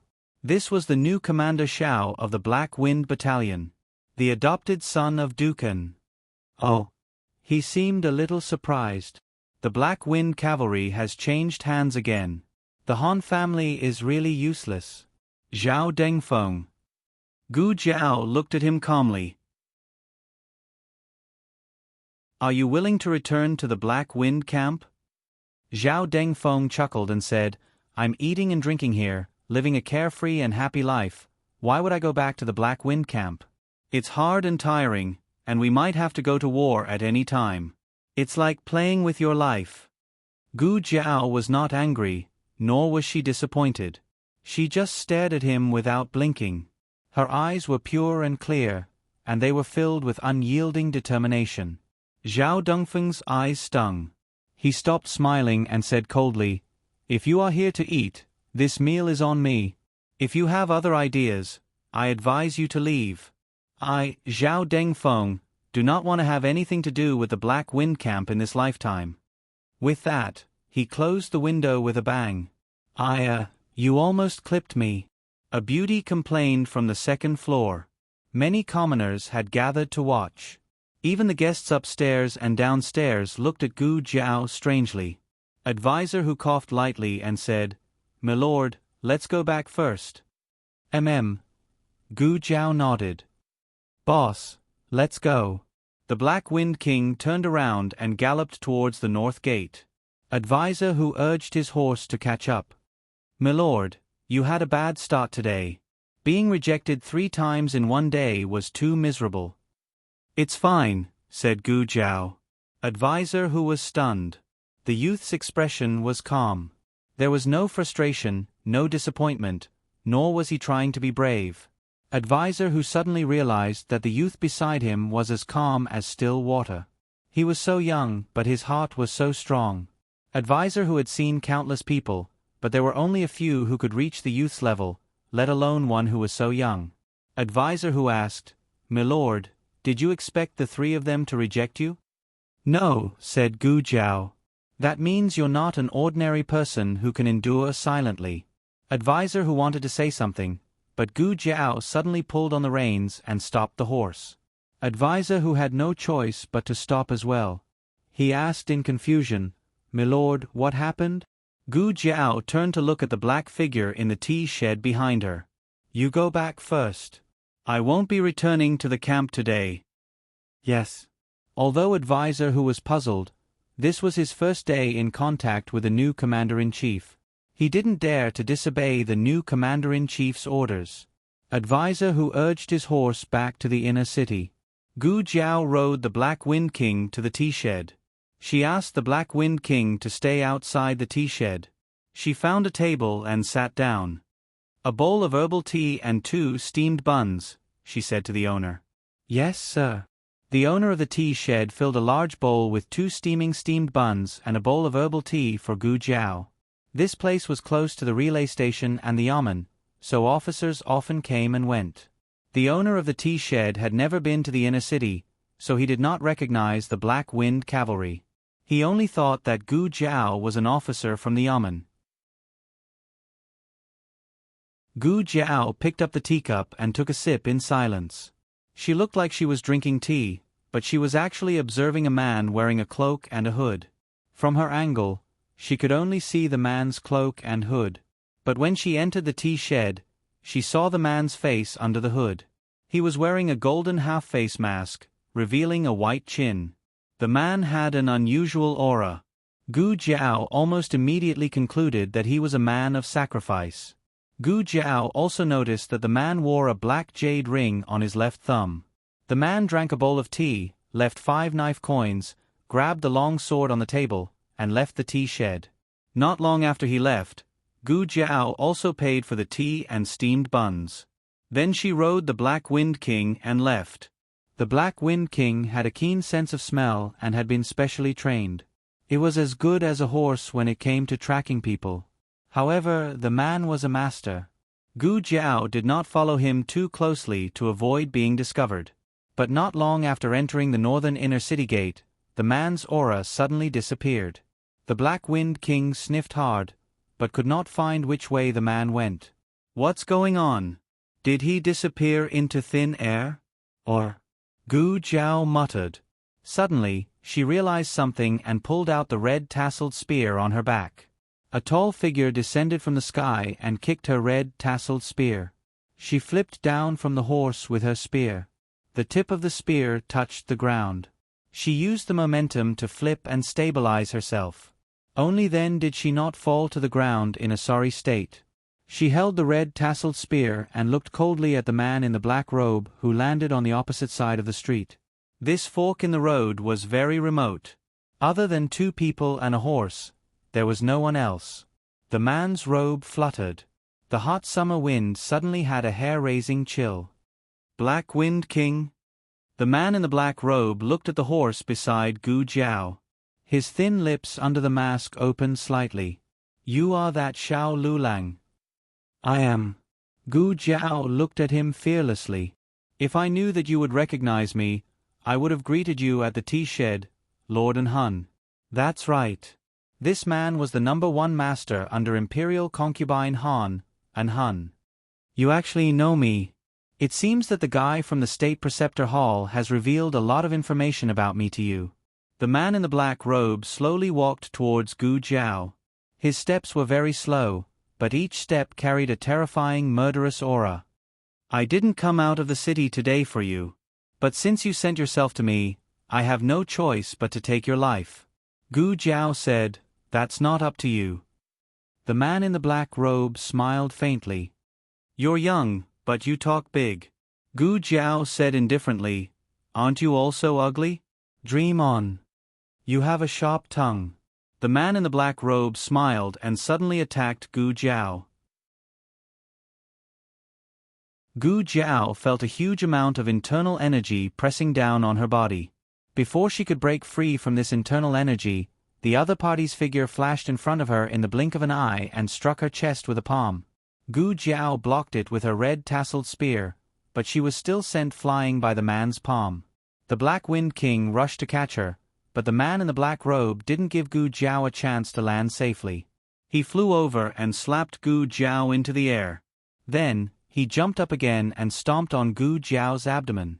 If this stomp landed, Gu Jiao's organs would rupture and she would die on the spot. In the nick of time, a gray figure appeared in the air and flashed under his feet. He carried Gu Jiao and knelt on one knee on the side of the street. He didn't continue fighting. He carried Gu Jiao onto the back of the Black Wind King's horse and rode the Black Wind King through the alley towards a crowded area. Gu Jiao spat out blood and spat out half of Liao Chen's sleeve.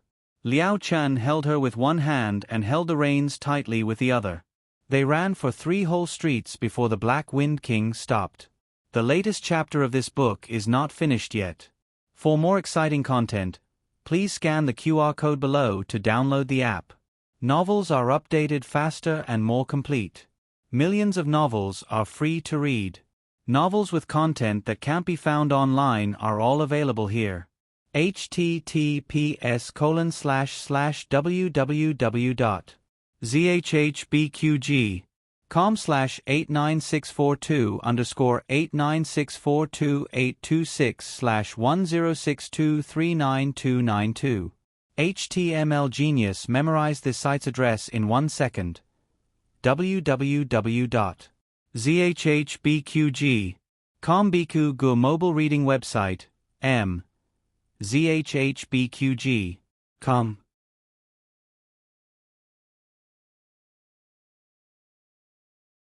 Chapter 798.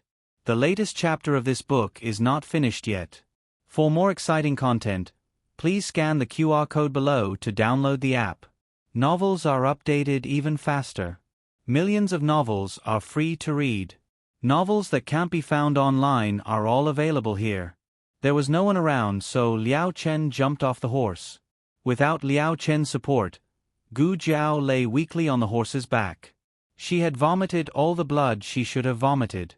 She was just exhausted. Liao Chen took her pulse.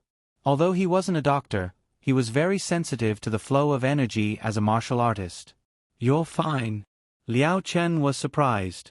This wasn't very accurate. Liao Chen's definition of fine was that there was no need to prepare for a funeral.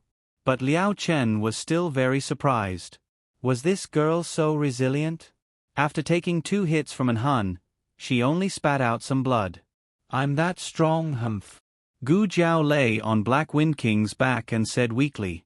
Yes, she was strong enough to survive 2 hits from an Hun, but it was hard to believe that this girl would say it. Liao Chen's gaze landed on her armor and battlesuit. The fiery red battlesuit looked like a cloak he had seen before, but he couldn't remember what the cloak was for. But the texture of the armor. He raised his hand to touch the armor on Gu Jiao's back. This is, Gu Jiao said. Hey, didn't anyone tell you not to touch girls? The king of atmosphere. The emotions that were surging in Liao Chen's eyes stopped abruptly. He looked at Gu Jiao speechlessly. Oh, you still remember that you're a girl, but you still dare to go against an Hun. Are you crazy? He wanted to go against me. I was just following him. Gu Jiao stated the truth. Although she wanted to kill an Hun, she didn't want to be unprepared.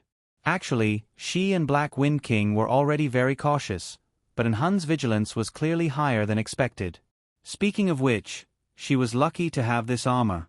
If not for it, she might have died at Hun's hands. This armor didn't seem to be made of ordinary dark steel. There should be some other material added to it. Not only was it incomparably tough, it could even withstand the attacks of an expert like Hun.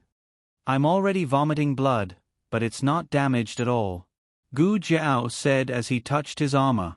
Liao Chen glanced at her speechlessly. This girl looked very proud. Did she know that she had crawled back from the palace of the King of Hell? Forget it. If she didn't have this drive, she wouldn't have been able to do so many things. Liao Chen said, "He underestimated you this time. He didn't use his full strength to kill you." So she wasn't the only one who misjudged. To Hun, not being able to kill her with 2 consecutive moves was already considered a failure. Gu Jiao lay flat on the Black Wind King's back like a little frog. "You can't beat him either, right?" Liao Chen said seriously, "Of course not. This monk's power is boundless. It's more than enough to deal with a death warrior. I saw that you were injured and worried that you would die after the fight, so I hurried to take you away to find a doctor. But it looks like there's no need to find one." Gu Jiao said, "Oh." Liao Chen thought, "What's with that tone?" Gu Jiao said again, "What if you and Taoist Qing Feng work together?"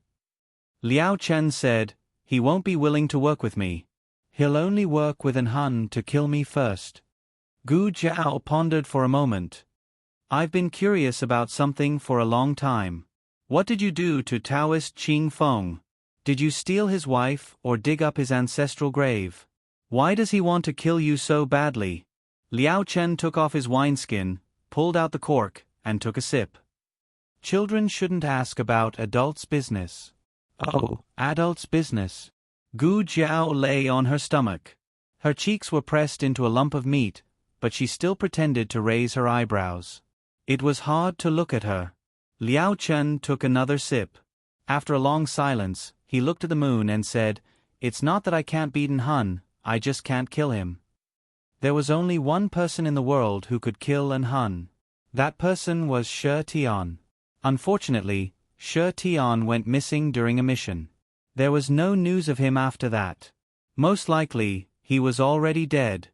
Gu Jiao said, "Speaking of which, why did you suddenly appear? You're not just passing by this time, are you? Monk, are you following me? Let me tell you, it's not right to follow a girl. Stalkers like you will be beaten up very badly in our country." Her voice became softer and softer, more and more confused. Liao Chen turned his head and saw that Gu Jiao had fallen asleep from exhaustion. Her vitality was strong and her will was tenacious. But she was not made of iron. She could get hurt, and tired. This girl had not had a day of peace since she came to the Yen Kingdom. The alley fell into silence. Liao Chen looked at the armor on her body and murmured, "Why is this armor on you? Did Dukan give it to you? How did you become his adopted son? Why would he give such an important thing to you?" His gaze fell on her squishy little face. Looking at her drooling appearance, he could not help but ask, "Who are you?" The sky was already dark. The Black Wind King silently found a place to let Gu Jiao sleep in the cool night wind. Liao Chen walked over and touched the Black Wind King's head. He asked, "You don't remember me?" The Black Wind King looked at him with a confused expression. Liao Chen stroked its head and said, "You're right. You haven't seen me." "I've seen you. I was there when you were born." The Black Wind King began to smell the scent on Liao Chen. It was not a familiar scent, but it was not unfamiliar either. It did not make it feel disgusted. Liao Chen did not move. He allowed the Black Wind King to search for the scent of the Shenyuan family on him. But it probably would not be found. The Black Wind King smelled for a long time. Its emotions were not as rich as a human's, but after smelling Liao Chen's scent, it felt an inexplicable sense of melancholy and depression. Liao Chen reached out his hand with a string of Buddhist prayer beads and gently placed it on the Black Wind King's forehead. He whispered, It's okay. It's okay. The Princess Mansion. It had rained the night before. Today, it was sunny after the rain. The air was clear with the smell of earth and grass. Princess Xinyang and Yujin sat in the room and tidied up old clothes. They were all Xiao Heng's childhood. The soft bed was covered with children's clothes. Yujin and Princess Xinyang sat on the edge of the bed at each end. Yujin picked up an old cotton cloth that had been washed clean and said in amusement, "This is the young duke's diaper when he was young. You really know how to collect it. You didn't throw away a single one." Princess Xinyang also could not help but laugh. "Why would I throw it away? The Princess Mansion is so big. There's no lack of places to put things." Yujin smiled. "You just don't want to." Princess Xinyang picked up a red doo-doo and said, "This was from when he was 3 months old. He grows quickly. After half a month, he won't be able to wear it anymore." Yujin recalled, "At that time, the weather was still cold. I remember that he only wore this doo-doo twice." Princess Xinyang said, "It's just beautiful. After bathing, let him wear it to satisfy his mother's desire to see. The young duke is pitiful." Yujin folded the doo-doo and placed it in a box to the side. She then picked up a set of pink underwear. "The young duke probably doesn't know, but when he was 1 year old, you dressed him up as a young girl, right?" Princess Xinyang gently coughed. "It was just for the eyes." Yujin put away the cute underwear and picked up a pair of tiger-headed shoes. Smiling, she said, "This pair of shoes was personally made by this servant." Princess Xinyang pointed at the hat and blanket on the bed. "There's also this tiger-headed hat and tiger-headed blanket. They were both made by you. They are Ahing's first birthday gifts." Yujin smiled. "Princess even remembers." Princess Xinyang's gaze was gentle. Looking at the small shoes and clothes, her entire being emitted a motherly gentleness. "I remember all of Ahing's matters very clearly," she said. Yujin said, "Speaking of the young duke's first birthday, this servant remembers that at that time, you wanted the young duke to grab a book. The young duke wanted the young duke to grab a sword. As a result, the young duke did not grab a single one." Mentioning this, Princess Xinyang did not know whether to laugh or cry. "That's right, he grabbed Long Yi." Princess Xinyang's concept of raising children was completely different from Shangguan Yan's. Shangguan Yan had inherited the Xian Yuan family's tradition of raising children. She allowed children to be raised freely, hating that she could not allow Shangguan Qing to grow up wild. As for Princess Xinyang, because of her terrible childhood experience, she was especially careful after having Xiao Heng. She did not leave Xiao Heng's side for even a moment. She did not allow him to leave her sight for even a moment. The only thing missing was tying Xiao Heng to her belt. Before he was 1 year old, Xiao Heng had never seen such a large scene. Suddenly being surrounded by a group of people, with his parents also being accomplices, he was frightened. Feeling wronged, he called out to Long Yi. Long Yi appeared. His little hand tightly grasped Long Yi's finger. Princess Xinyang suddenly sighed. "Is Long Yi still like that?" Yujin nodded her head with a dignified expression. Since Princess gave that thing to him, he just sat in the corridor in a daze every day." The story began when Princess Xinyang suddenly had the idea to organize her old belongings. When she was organizing her old dowry box, she accidentally found a jade thumb ring that had been sealed for many years. This was the thing that Long Yi had brought with him when he had just arrived at Princess Xinyang's mansion. He had accidentally left it in the room of Princess Xinyang. Princess Xinyang had intended to let Yujin return it, but she was suddenly interrupted by the people preparing for the wedding. At that time, the late emperor had passed away, and the emperor had decreed that she and Xiao Ji would get married during the mourning period. The entire Princess Xinyang's mansion was so busy that her feet did not touch the ground. In addition, Long Yi had never looked for that thing, so she had forgotten about the matter of the jade thumb ring. 20 years had passed, and if she had not found it while sorting out her old things, she might not have remembered this jade thumb ring for the rest of her life. Princess Xinyang sighed. "How could I have completely forgotten about it at that time?" Yujin comforted her. Mainly, at that time, You were not sure whether it was Long Yi's or not. All 5 dragon shadow guards had come to your room, and after they left, a jade thumb ring appeared on the carpet, so who would know whose it was? The reason why she was sure now was because Princess Xinyang had called all 5 of them. Other 4 people had no reaction to the jade thumb ring, and only Long Yi had always been staring at it.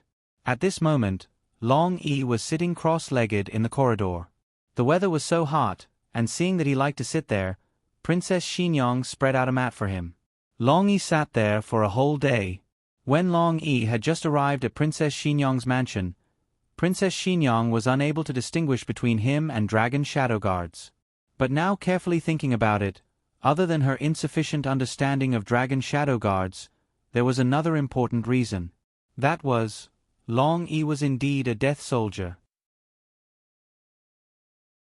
As for why he had randomly entered Princess Xinyang's mansion, it was probably because he didn't remember who he was, so when he saw death soldiers with the same aura as him, he thought that he was also one of them. He saw that their mission was to protect her, so he mistakenly thought that this was also his mission.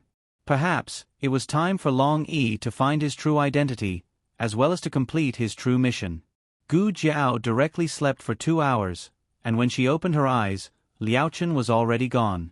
Gu Jiao slowly sat up, then rubbing her sore neck, she said to Black Wind King, "It's already so late, I'm sorry, I made you carry me for so long." She turned over and dismounted, then stretched her muscles and bones. Soon after, she led Black Wind King to the side of a nearby well, then borrowed a wooden bucket from a commoner who was fetching water from the well, and washed the bloodstains on her body. When she returned to Duke's mansion, her wet clothes had already dried. No one could see that she had vomited blood or was injured. She entered the mansion as if nothing had happened. Little Jing Kong had come today, and the small noise of him and Gu Yen could be heard in Feng Courtyard. In the corridor, Dukan sat in a wheelchair and played chess with old Chancellor. On the rattan chair beside him, Great Aunt was holding a small jar and eating candied fruit. And in the courtyard, Gu Shaoshun was learning a new mechanism technique from Master Lu.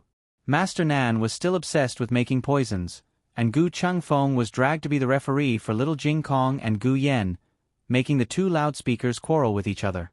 Gu Jiao stood at the entrance of Feng Courtyard, and what she saw was such a scene.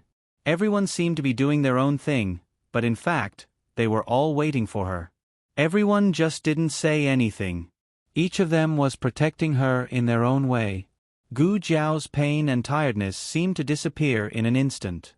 She held Black Wind King's hand and walked into the courtyard as usual. Han family. Mu Ruxin determined the treatment plan for Heir Han. Old Master Han, Han Lei, and Third Master Han were all in Heir Han's room, waiting for Mu Ruxin's diagnosis. Mu Ruxin said, "Heir Han's hamstring has been cut. If he wants to recover, he must be reconnected, but he has missed the best opportunity for surgery. The wound seems to have healed, but the part that should be reconnected is not reconnected. The plan I'm going to use sounds very dangerous, but it's the most practical and effective." "What plan?" Han Lei asked. Mu Ruxin looked at the handsome Heir Han on the bed, then turned to the 3 of them and said, "Cut his hamstring again. I'll operate on him and reconnect it." Third Master Han said in disbelief, "Are you serious? You want to do it again? Are you sure you want to save him and not kill him? You aren't a spy sent by the Anghua Prefecture to our Han family, are you?" Old Master Han looked at Mu Ruxin with a gloomy gaze. Mu Ruxin hurriedly said, "Third Master, you misunderstood. How could I be Duke and spy? I don't have anything to do with him. I just said that the reason I came to your manor is to seek a bright future for myself. You give me the status of a Shangguan citizen, and I'll cure Heir Han. We don't owe each other anything." Old Master Han said, "This old man has never heard of such a treatment method. Miss Mu, are you sure you can do it?" Mu Ruxin said arrogantly, "This kind of surgery is just a small illness similar to typhoid in the hands of my master, Divine Dr. Luo. I'm not talented, but I followed my master to perform a few surgeries on hamstrings." Han Lei thought for a while. "Father, I still feel that it's inappropriate." "Grandfather." On the bed, Heir Han, who had been silent for a long time, suddenly said, "Grandson is willing to try." Han Lei frowned. "Yi heir, if you mess it up, there'll be no hope for your leg injury. I've been thinking of a way to beg His Majesty these past few days, asking him to issue a decree for Imperial Preceptor Hall to treat you." Han Yi shook his head. "Father, you should know that Imperial Preceptor Hall won't treat me. Moreover, the Crown Prince and Imperial Concubine have repeatedly angered His Majesty. His Majesty is too lazy to care about the Han family. Let's do as Divine Dr. Mu said." "When can we do the surgery?" Mu Ruxin said, "We can do it now." "Ah, that's right, I suddenly thought of something." Everyone looked at her. She smiled and said, "I was living well in the Duke residence when Duke suddenly used my homesickness as an excuse to end my treatment by his side. Coincidentally, on the same day, I saw Xiao Lulang move into the Duke residence. I don't know if there's any connection between the two." Han Lei said thoughtfully, "Xiao Lulang is his adopted son. It's understandable for him to move into the Duke residence." Mu Ruxin smiled faintly. "But why did he send me away? That's the most suspicious point, isn't it?" Han Lei asked. "Xiao Lulang moved into the Duke residence alone." Mu Ruxin sighed. "I'm not sure about that. There were 2 carriages behind him. As for what was in the carriages, I didn't see it." Han Lei came over and whispered in old Master Han's ear, "Father, could it be that Xiao Liulong's family members have hidden in the Duke residence? No wonder our people couldn't find them even after searching everywhere." Old Master Han lowered his voice and said faintly, "Don't worry about that. We'll send someone to inquire about it later. The most important thing now is Yi Heir's injury." As he said that, he crossed his hands and placed them on the handle of his cane as he looked toward Mu Ruxin. "Then I'll ask Miss Mu to operate on this old man's grandson. However, this old man will warn you first. If anything happens to this old man's grandson, Miss Mu will pay with her own life." In the dead of night. After sending off the last trumpet girl, Gu Jiao could finally enjoy her bed. She lay on the soft bed and looked at the pearl-covered canopy. The place where she was injured by an Hun was aching. She massaged her shoulder with one hand and put the other behind her head. "You hit me so hard. One day, I'll put you in a sack." In the end, she was too tired. Not long after, she fell into a deep sleep. She hadn't had a foreboding dream for a long time. She used to think wildly that perhaps the things that were foreboding in her dreams had really happened before. After she came to Yen country, everyone's fate had changed. So, she would never have that kind of dream again. But tonight, she dreamed of it again. But it was different from other people's dreams. For the first time, she saw her own ending in her dream. Digression: it's almost the end of the month. If you have a monthly ticket, hurry up and vote.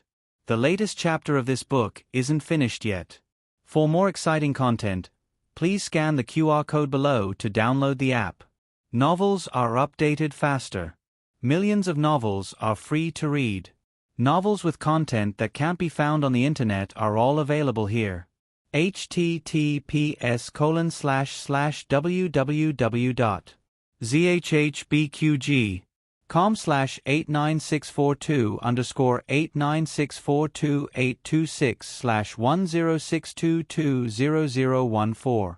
HTML Genius memorized this website's address in a second.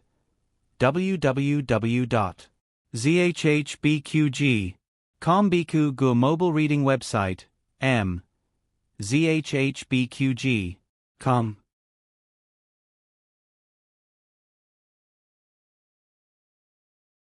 Chapter 799.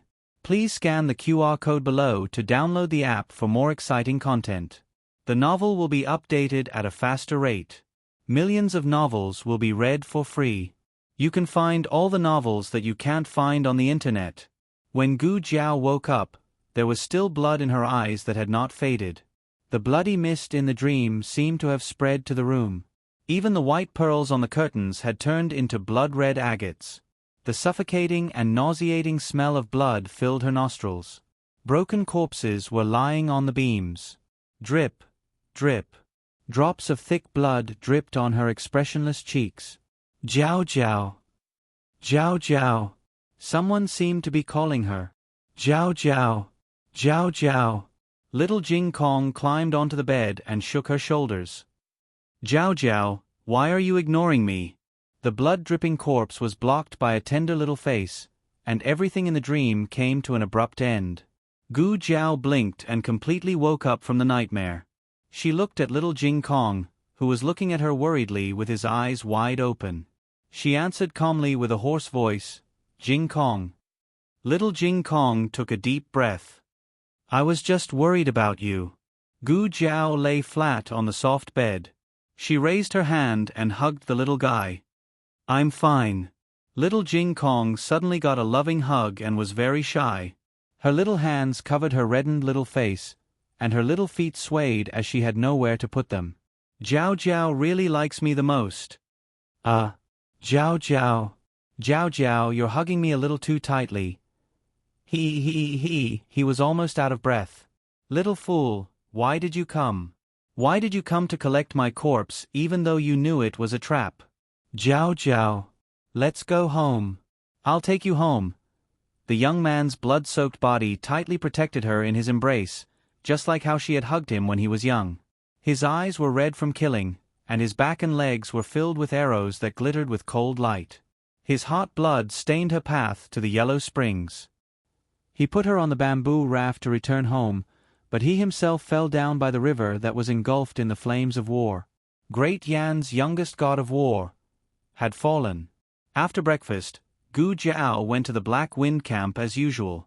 She first went to the various training grounds to take a look.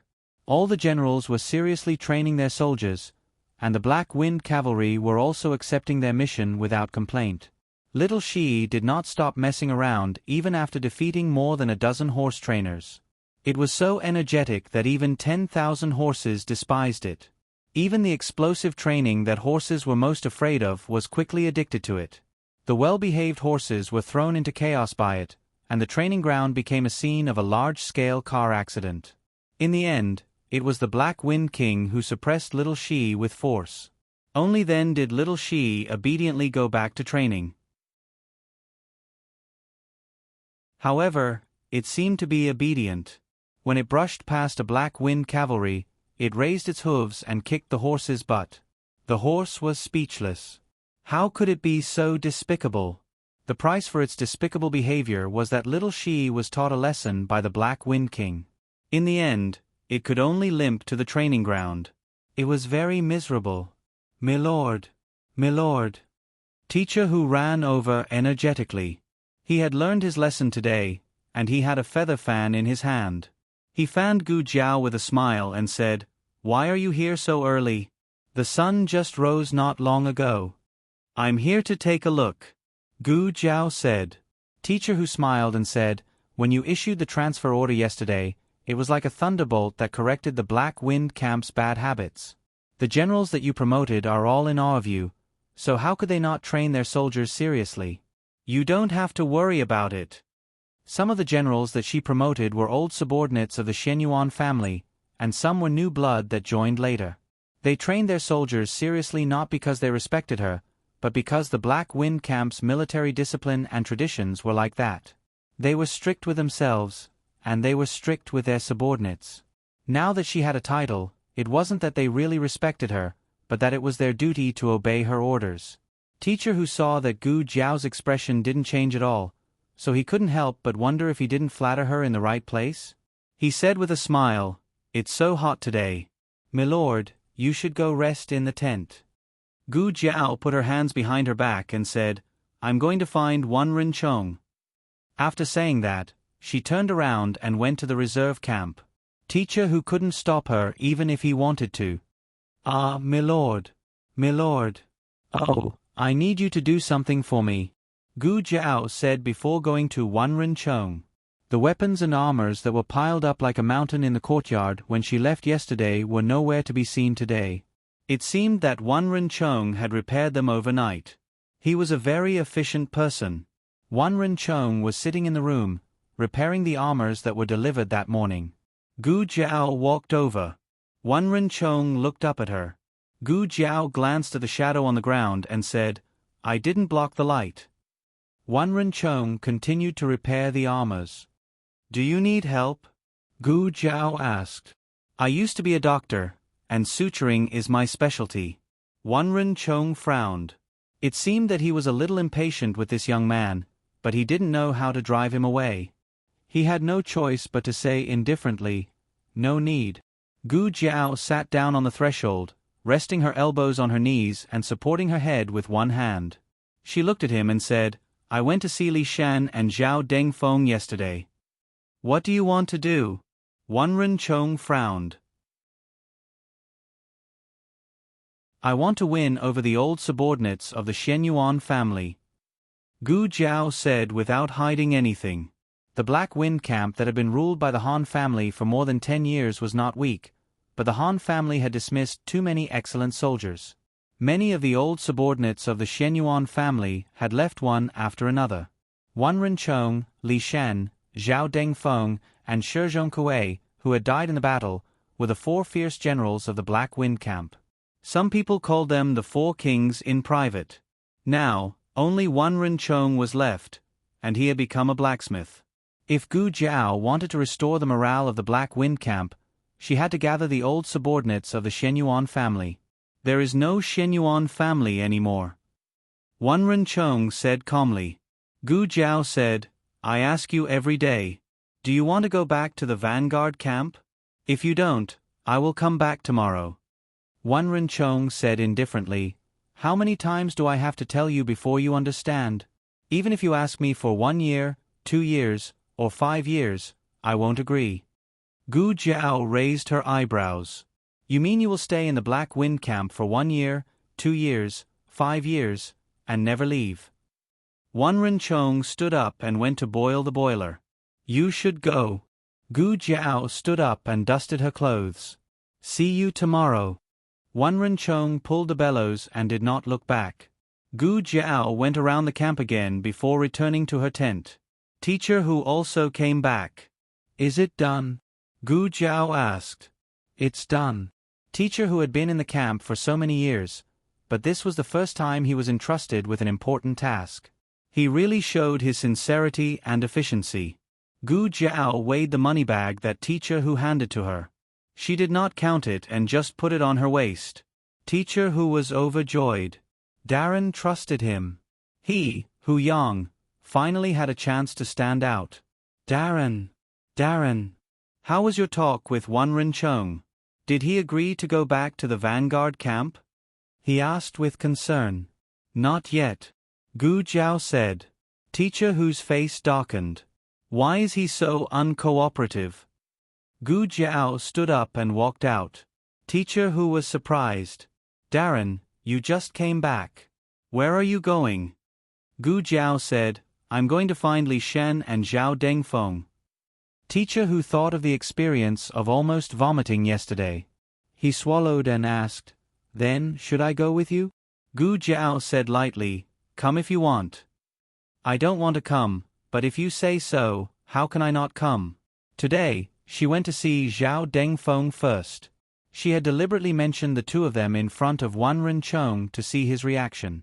Wan Renchong's reaction was very calm. Either he had never heard the rumor that Zhao Dengfeng had colluded with the Han family, or he knew that the rumor was false. From Gu Jiao's observation of Wan Renchong, the former was unlikely. "Oh, isn't this the officer from yesterday? Why did you come to my crane restaurant again?" In a room on the 2nd floor, Zhao Dengfeng was holding a beauty in his arms. He leaned against the window and looked at the young man on the horse. "Are you here to persuade me to go back to the army? Who wants to go back and live a life of bloodshed? How about this, little general, you come to my crane restaurant and be the second boss?" Teacher Hu was angry. He pointed at him with his feather fan and scolded, "Zhao, how can you talk like that? Little general? This is the new commander of the Black Wind Battalion, Darren Shao. I already told you about it yesterday." Gu Jiao said, "Boss? That's a good idea. Zhao Dengfeng looked at the young man who was led by the nose. Isn't that right? As long as you have enough money, I can give you half of the Crane restaurant. Gu Jiao looked up at him. I don't need you to give me a share. I'll buy your Crane restaurant. Zhao Dengfeng was stunned. Then, he laughed. Do you know what you're saying? My Crane restaurant is the best restaurant in town. Does your family have a mine? Little General. Before he could finish his words, the young man on the horse casually tossed him a token. He caught it with a backhand, and when he took a closer look, he was stunned. Gu Jiao asked seriously, Is this enough? If not, I'll send someone to get more. Dukan asked Steward Zheng to give it to her before she left this morning. She had never used it before and did not know how much money it could give. Zhao Dengfeng choked. He asked in disbelief, Mingyi Bank's master token. You. Who are you to Mingyi Bank? Gu Jiao thought for a while and said, young master? My family doesn't have a mine, but my family has a bank. Gu Jiao said to Hu Yang, Teacher Hu, stay here and take care of the paperwork. I'll go find Li Shen. Advisor who was still immersed in the huge shock brought about by this wave of operation. Was this the rumored inhumane tycoon? He said, this. Zhao Dengfeng said coldly, I won't sell it. Gu Jiao said, You said yourself that you wanted me to be the owner. You can't go back on your word. Zhao Dengfeng clenched his fists and sneered, So what if I go back on my word? Gu Jiao said seriously, I'll beat you up. Zhao Dengfeng was speechless. Li Shen was not at the docks today. Gu Jiao asked the nearby foreman and found out that he had probably gone to buy medicine for his mother. Where does he live? Gu Jiao asked. He lives over there. Sir, if you keep walking straight and turn east of the fork, you'll see his house. The people in that alley have all moved away. Only the mother and son still live there. It'll be easy to find. Thank you. Gu Jiao followed the path the foreman pointed out and successfully found a small, shabby courtyard. The courtyard door was ajar. Gu Jiao knocked on the door. Excuse me, is anyone home? No one answered. Gu Jiao thought for a moment, then pushed the door open and walked in. The things in the courtyard were very old, but not messy. Water tanks, hose, chicken coop. They were placed neatly. The clothes on the clothesline were also neatly dried. They had been washed until they were yellow. Patches were made one after another, but they were very clean. Nyowazi, you're back? An old voice came from inside the room. Nyowazi? Li Shen's pet name? Gu Jiao walked into the central room and walked to the room on the right. Nyowazi. A blind old woman was sitting on the ground. It looked like she had fallen and could no longer stand up. She tried to use her hands to support herself on a chair, but it was useless. Gu Jiao hurriedly walked forward and helped her sit down on a chair. You're not Nyowazi, the old woman said. Although she couldn't see, she could still smell her son's scent. I'm here to find Li Shen. Gu Jiao saw the old woman's vigilant look and added, I'm his friend. The old woman touched Gu Jiao's armor, and the vigilance in her turbid eyes disappeared. She smiled and said, Nyowazi's friend. He went out to get medicine for me. He'll be back soon. Sit for a while, I'll pour you some tea. Nyowazi was really Li Shan's pet name. Gu Jiao said to Mother Li, You sit, I'll do it myself. Mother Li smiled kindly. Okay, don't be polite. The tea is on the table in the central room. Gu Jiao went to pour the tea. In their house, even the teacups were cracked. There were only 2 stools. Other than that, there was no other furniture in the central room. It wouldn't be an exaggeration to say that this house was bare. Gu Jiao went to the kitchen. The cupboard was empty. There were no leftovers. There were a few dried corn cobs and half a rotten pumpkin on the ground. There was only half a bucket of old rice in the rice jar, and there were worms all over it. Gu Jiao took the water to Mother Li's room. Have some tea. You came to my house, and I even asked you to pour me tea. It's all my fault for being blind and useless. It's nothing. Dash. It's just a little money.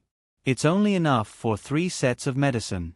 At the pharmacy, the shop assistant impatiently said to Li Shen. 3 sets it is. Li Shen emptied his pockets and grabbed 3 sets of medicine to go home. When he entered, he clearly sensed that someone had been in the courtyard. A trace of vigilance flashed through his eagle-like eyes. He flew into the room. Mother. His mother was sleeping peacefully on the bed, but she was startled by his voice. Nyowazi, what's wrong? Mother Li turned her head in the direction of the voice. Seeing that his mother was fine, Li Shen's expression relaxed. He carried the medicine bag to the bedside. Mother, did someone come to our house? Mrs. Li smiled and said, That's right. Your friends from the military camp came by. At first, I thought it was those debt collectors again. In order to cure Mother Li's eyes, Li Shan had borrowed money from loan sharks. From time to time, debt collectors would come knocking. He also left something for you. Mother Li took out a bundle from under the quilt on the inside of the bed and handed it to Li Shen. It's silver, right? She asked in a small voice. Li Shan took it in his hand and felt that it was silver. He opened the bundle. Other than a pile of shining silver ingots, there was also a letter from the Black Wind Battalion.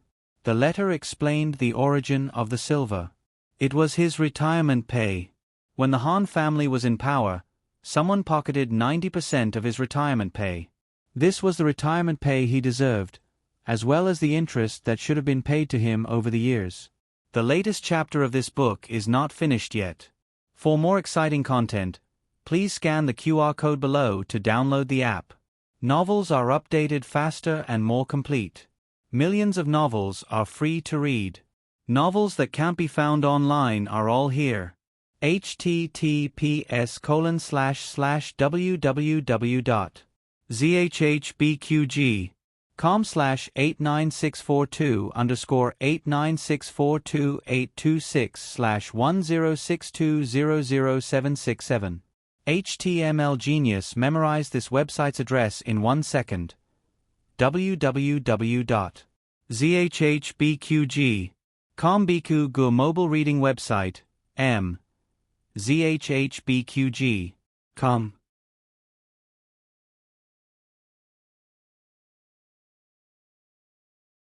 Chapter 800. The latest chapter of this book is not finished yet. For more exciting content, please scan the QR code below to download the app. The novel was also updated at a faster rate. Millions of novels were read for free. There are all kinds of novels that can't be found online here. Over at the State Preceptor Hall, Shangguan Yen gradually woke up. From waking up once a day for a quarter of an hour, she could now wake up for more than 2 hours a day. The monarch had visited her twice. Wang Xianfei and the others were so scared that they couldn't sleep at night. They were afraid that Shangguan Yen would take things too hard and die together with them. After discussing with her family, Consort Dong Chen was the first to think of a solution, and this news was quickly found out by Consort Wang Xian's spies. Wang Xianfei followed suit. Almost at the same time, Yang Defei, who had been watching Wang Xianfei, also knew what she was planning. She also felt that this method was feasible. At first, Chan Shu Fei and Feng Zhao Yi did not know what the 3 of them were busy with, but after paying attention to the movements of the 3 great families, they could more or less guess what was going on. At first, the 5 of them didn't admit it on the surface, but the more they investigated, the bigger the commotion became. They couldn't hide it any longer, so they might as well confess to each other. Therefore, at the end of July, the 5 imperial concubines once again gathered in the imperial preceptor palace. The eunuchs had been dismissed. Shangguan Yen sat on the chair and resisted the urge to hold half of the watermelon and eat it spoonful by spoonful. She looked at the 5 people sitting opposite her with a cold and world-weary expression. What are you doing here? As the most senior imperial concubine, Wang Xian was still the one to speak out. She said, Shangguan Yen, this queen knows that you don't want to die. What you said last time was just to threaten us. Look at these beautiful words. If Shangguan Yen hadn't been prepared, she would have been deceived by her and exposed her secret. Shangguan Yen slowly said, Since you think I'm pretending, then why are you still looking for me? You don't have to worry about whether or not I have something on you. Consort Dong snorted and said, Shangguan Yen, we watched you grow up and sympathized with you, so we are doing you a favor. Shangguan Yen faintly smiled. Oh, one of you is playing the good cop and the other is playing the bad cop. You're setting up a stage here. Turn right when you get out of the door. Take care. Their faces and necks turned red from choking. Wasn't the previous Shangguan Yen a brute who only knew how to fight? When did she become so eloquent? Wang Xianfei said, Well, since we are here, we sincerely want you to trade with us. Since their words were useless in front of Shangguan Yen, they might as well speak frankly. Wang Xianfei then said, Shangguan Yen, you can disregard your own life and death, but can you also disregard the reputation of the Shenyuan family? Let's not beat around the bush about what happened to the Shenyuan family back then. It's true that the crimes of the Shenyuan family were imposed by the other aristocratic families. Do you want the Shenyuan family to be remembered for generations to come, or do you want the Shenyuan family to go down in history in infamy? Make your choice. Shangguan Yen didn't have the slightest emotional fluctuation because of these words. Wang Xianfei, now you are the one begging me, not the other way around. You'd better put your attitude right. Wang Xianfei clenched her handkerchief so tightly that she almost poked a few holes in it. She asked faintly, It seems that you don't want the evidence? Shangguan Yen casually said, It's just the evidence of a few aristocratic families, it doesn't mean anything. The five people secretly exchanged a look. What's the matter with Shangguan Yen? How can she guess that they only want to hand over the evidence of the other aristocratic families? They just want to protect their own families, and then pray that Shangguan Yen can be deceived and give them the evidence. Shangguan Yen put down the teacup in her hand on the table and said, Since you want to rehabilitate the Shenyuan family, then take out all the evidence.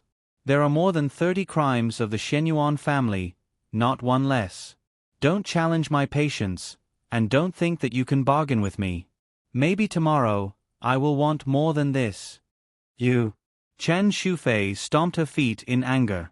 Such a result was not entirely unexpected.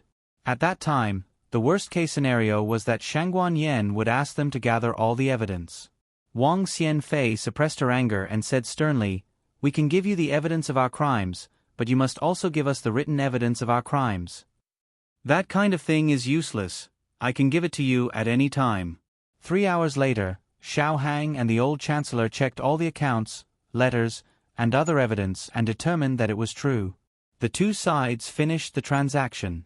Wang Xianfei angrily left. The evidence involved a wide range of people. If Shangguan Yen didn't see it with her own eyes, she would have found it hard to believe. Even General Wei Wu is involved. The enemy can never hurt you. The real chilling thing is the betrayal of your friends and family. Shangguan Yen murmured, General Wei Wu is uncle's subordinate. He also taught Shenyuan Cheng martial arts. Who would have thought that he would burn the Shenyuan family's granary for his own selfishness? Xiao Hang comforted her. It's all in the past. Such a thing will never happen again. And Shangguan Yen restrained the melancholy in her heart and said to her son, This evidence should be enough to rehabilitate the Shenyuan family. Xiao Hang paused. Not yet, there is no evidence for the crime of rebellion. Because the crime of rebellion is real. Unless the emperor is willing to admit that he schemed against the Shenyuan family and forced the Shenyuan family to rebel. But that was simply impossible. Xiao Heng said, How about this? Mother will take this evidence as your loyalty and filial piety to the emperor in exchange for the position of the crown princess. The rest is not urgent. When mother becomes the crown princess, we will find a way to take away the emperor's real power. We can still rehabilitate the Shenyuan family. Shangguan Yen nodded in agreement. I think it's good. When dawn comes, I will take this evidence to the emperor. The imperial palace. Just as the monarch was about to rest, Zhang Dequan quickly walked over. He glanced at the young princess who was sleeping soundly on the small bed and reported in a low voice, Your Majesty, Madame Han of the Cold Palace is clamoring to see you. The emperor coldly said, How many times does she want to see me? Zhang Dequan didn't dare to answer and only reported, Han said that she has a secret of the Empress. This was the original words of the little palace maid. Zhang Dequan didn't exaggerate a word. When he heard that it was related to the Empress, the Emperor patiently went to the cold palace. Concubine Wan has now been demoted to Wang Gueren and lived on the west side of the cold palace, while Han was imprisoned on the east side. The Emperor went directly to Han's side. Although she was banished to the cold palace, Han still dressed herself up very decently to see the Emperor.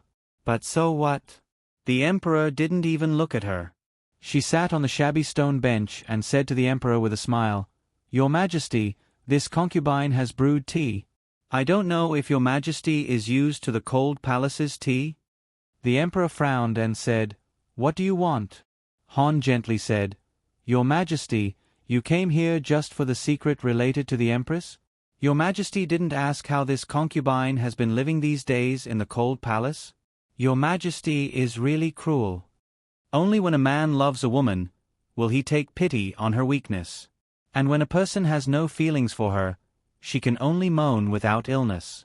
The Emperor's eyes became more and more impatient. Han did not seem to notice and said to herself, "That's right, Your Majesty only has Shenyuan Hanyen in your heart. When has there been any other sisters in your harem?" But even for the person he loved, His Majesty could still be ruthless.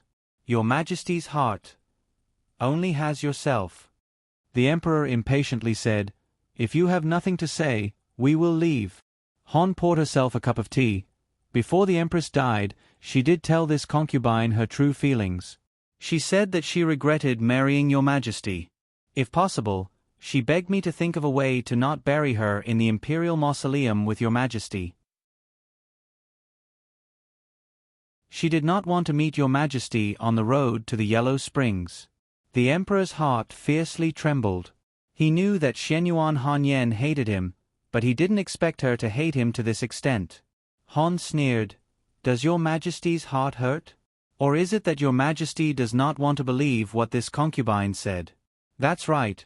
When has Your Majesty ever believed this concubine?" Even this time, this concubine was clearly framed, but Your Majesty still chose to be blind. Until tonight, this concubine was waiting for Your Majesty to come and see this concubine. This concubine did not want to go to this step. "Your Majesty, you forced this concubine." This concubine came to the palace with admiration for Your Majesty. All these years, this concubine hoped day and night to become a real couple with Your Majesty. What did Shenyuan Hanyen do? Your Majesty's harem was all taken care of by this concubine. This concubine thought that she had some weight in Your Majesty's heart, but in the end, I found out that Your Majesty was just unwilling to tire Shenyuan Hanyen. But that woman never looked back at Your Majesty. This concubine hated her. So, this concubine had people kidnap Shangguan Yen. She was sold to the slave broker and became a slave. The Emperor's heart fiercely trembled. "It's you." Han Shi smiled and said, "It's this concubine." The monarch was furious. He strode forward and grabbed her neck. "I'm going to kill you." Han Shi was choked until she couldn't breathe. Her face turned purple, but she smiled ferociously. "It's too late. Your Majesty. It's too late. You can't kill this concubine." As soon as her voice fell, a dark shadow fell from the sky and chopped the back of the Emperor's neck with a hand knife. The Emperor's body suddenly became numb. He let go of Han Shi's hand and fell to the ground in a daze. He saw the hem of a black cloak and a pair of black shoes inlaid with gold. Then his eyelids drooped and he completely fainted. Digression: the chapter of Yen country came to an end. The latest chapter of this book is not finished yet. For more exciting content, please scan the QR code below to download the app. Novels are updated faster. Millions of novels are free to read. Novels with connotations that can't be found on the internet are all available here. https://www.zhhbqg.com/89642_896428226/1061999372 HTML genius remembered this site's address in a second. www.zhhbqg.com Biku Gu mobile reading website, zhhbqg.com.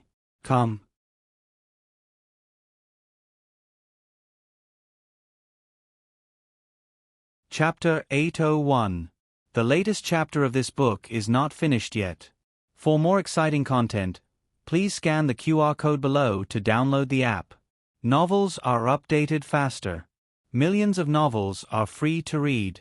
Novels with content that can't be found online are available here. In the middle of the night, there was a sudden clap of thunder in the capital of Yen Kingdom. The young princess ate too many grapes before going to bed and woke up in the middle of the night. She opened her eyes and said, "Mama, I want to pee." No one responded to her. She stayed on her bed for a while and couldn't hold it in any longer. She had to get up on her own. The young princess was a very shy little elder. She had stopped wetting her bed since she was 2 years old, so she decided to pee on her own. But with the thunder and lightning outside, she was a little scared. "Uncle, uncle." She sat under the small mosquito net and called out twice, but no one responded to her. She really couldn't hold it in any longer. Her little face scrunched up and she tried hard to hold back her pee. She slipped out of bed and walked barefoot on the floor. Eunuch Zhang. Everyone in the bedchamber seemed to have run out. She was the only one left in the hall that was illuminated by the flickering lightning. Her small body stood on the floor in a daze, like a pitiful little doll. Suddenly, a figure in a dragon robe walked in from the door. He was against the moonlight and was illuminated by the sudden lightning. The young princess was so scared that she shivered in front of her uncle, who was tall and majestic. She peed. There was a thunderstorm at night and the temperature was much cooler in the early morning. Little Jing Kong didn't officially live in the house of High Duke. He only came over occasionally and didn't come last night. As usual, his great-aunt and Gu Yen slept in their rooms. Gu Xiaoshun and Master Lu woke up early to practice carpentry. Gu Xiaoshun's talent was amazing. Master Lu was no longer satisfied with teaching him simple craftsmanship. He began to slowly teach him various kinds of mechanism techniques. There were trustworthy servants in the courtyard, so Master Nan didn't need to cook. She went out early in the morning to pick herbs. The House of High Duke came over to have breakfast with Gu Jiao, Gu Xiaoshun, and Master Lu. Recently, there had been a continuous stream of people asking the servants of the High Duke's estate for information. There were also unknown people secretly loitering around the entrance of the High Duke's estate. It should have been Mu Ru Xin who had leaked the information, causing the Han family to be on high alert. Steward Zheng was already prepared. He had his subordinates collect the Han family's money while informing the Han family that they were on holiday. The High Duke has a few entertainers. They sing all day long in the backyard. In my opinion, I'm afraid that our High Duke's integrity will be compromised in his later years. Dukan knew nothing about this. It was all Steward Zhang who acted according to the circumstances.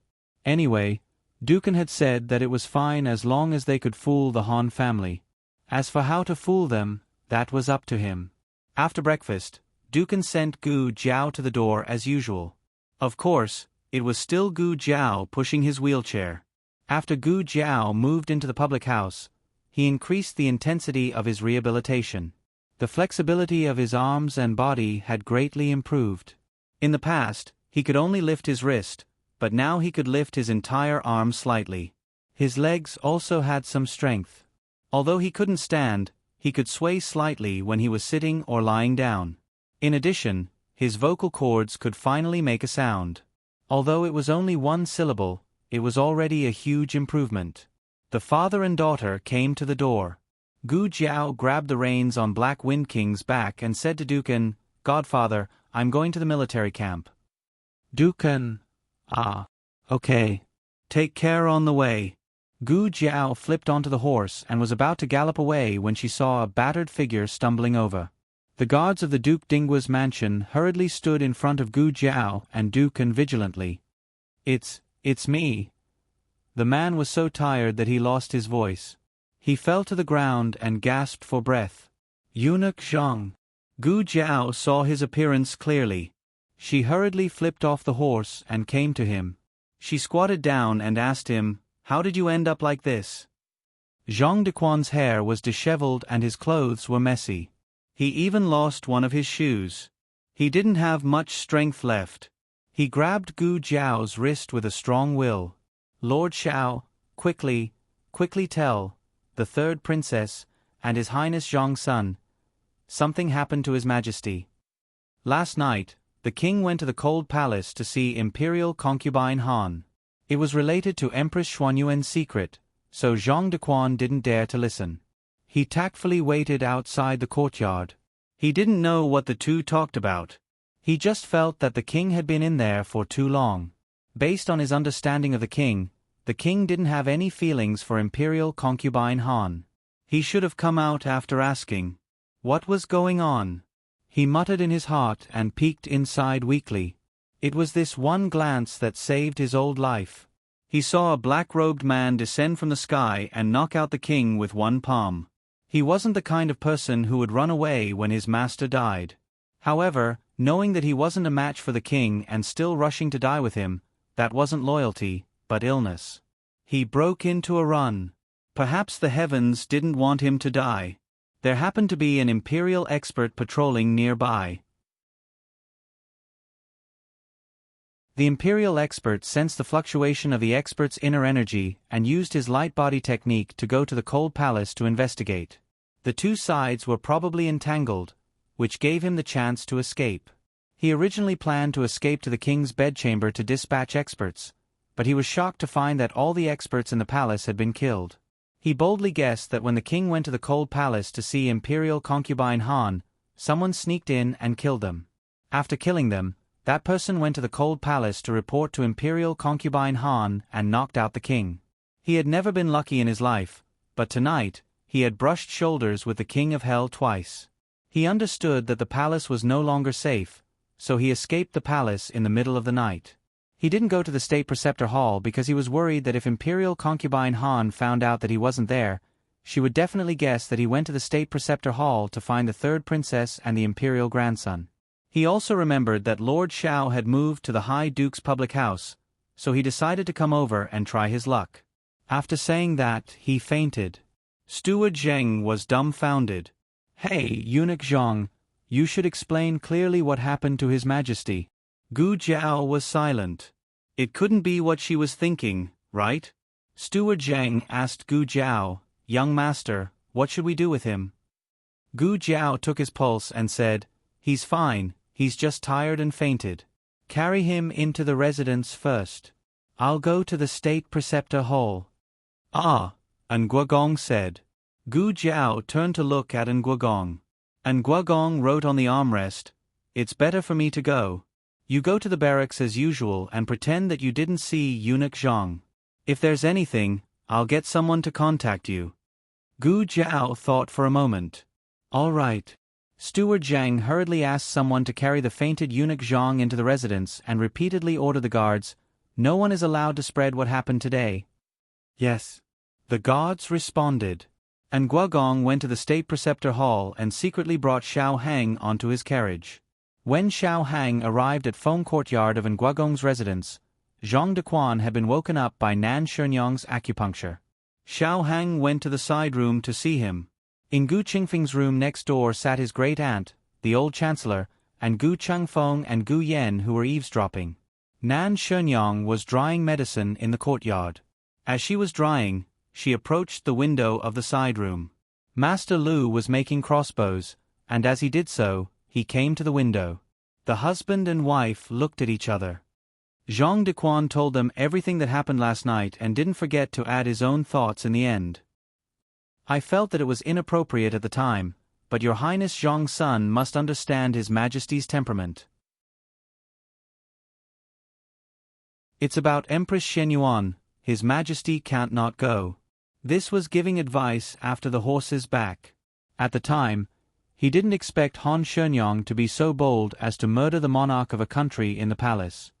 "Did you hear what they said?" Xiao Heng asked. "Your servant didn't dare to eavesdrop. Just. Zhang Dequan recalled carefully. There were a few words that they said quite loudly, so your servant heard them. Han Shi said, this concubine also didn't want to go to this step. Your Majesty, you forced this concubine. Xiaoheng paused and asked, is there anything else? Zhang Dequan scratched his head.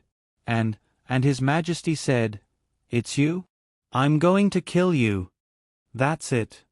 It sounded like the monarch and Han Shenyang had a dispute. What do you think, Great Aunt? Xiaoheng went next door.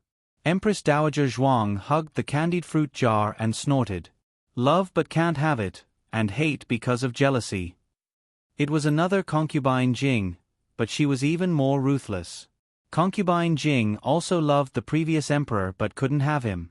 Unfortunately, she didn't dare to touch him and could only make things difficult for his women and children.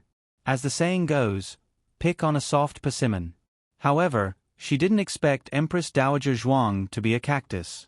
Empress Dowager Zhuang ate a candied fruit. Oh, this is how you deal with scum. Xiaoheng, Great Aunt, whose side are you on? Gu Chengfeng asked. Since Han Shenyang has such a powerful expert by her side, why didn't she make a move earlier? Why did she wait until she and her son were both deposed before making a move? As a man of steel, Gu Chengfeng couldn't understand Han Shenyang's actions. Empress Dowager Zhuang, as a woman who had been in the imperial harem for many years, could more or less understand Han Shenyang's state of mind. Han Shenyang already had a weapon to deal with the monarch. The reason she didn't make a move, other than considering the risk of the whole thing, was that she still had some feelings for the monarch. She hated the monarch, but she also hoped that the monarch would make her empress so that she could be the mother of the country and be a couple with the monarch to grow old together. Unfortunately, the monarch's actions chilled Han Shenyang's heart. Her original intention of calling the monarch to the cold palace was to give the monarch one last chance. As long as the monarch showed some feelings for her, she could wait. Unfortunately, she was disappointed. She never had a place in the monarch's heart. A woman who was serious about her career was the scariest. The Yen monarch was in for a hard time. On the other side, Steward Zheng, who went to the palace to inquire about the news, also returned. He reported the news to Duke An and the others. His Majesty went to the court. I didn't hear anything happened. However, Eunuch Zhang. It was said that he was having an affair with a palace maid called you. He was worried that he would be punished, so he fled the palace in the middle of the night. Zhang Dequan, who had just walked to the door and heard this sentence. Zhang Dequan, His Majesty already knew about me and Chiu you having an affair. I went to the open road. His Majesty can't punish me. I can't run away because of this. Everyone's mouth twitched. You really did have an affair with someone. This matter was very secretive. Other than the monarch, Zhang Dequan didn't let a second outsider know. Zhang Dequan was so shocked that he forgot to be surprised when he saw so many people in the room, including 2 patients he had seen in the state preceptor's hall. He asked nervously, oh no, Chiu Yu fell into their hands. Chiu Yu is in danger. Everyone looked at him with sympathy. Zhang Dequan asked, why are you looking at me like that? The old chancellor pushed the cup forward. Drink a cup of green tea. Xiaoheng passed the plate of snacks in front of him. Eat a piece of mung bean cake. Gu Yan opened his palm. I'll give you a jade bottle. Zhang Dequan, the monarch was knocked unconscious by imperial concubine Han at night. In the morning, concubine Han let him go to the court. No matter how one looked at it, something felt wrong. Judging from the matter of Chiu Yu and Zhang Dequan, the harem should be controlled by concubine Han. But according to Steward Zheng's information, concubine Han wasn't released from the cold palace.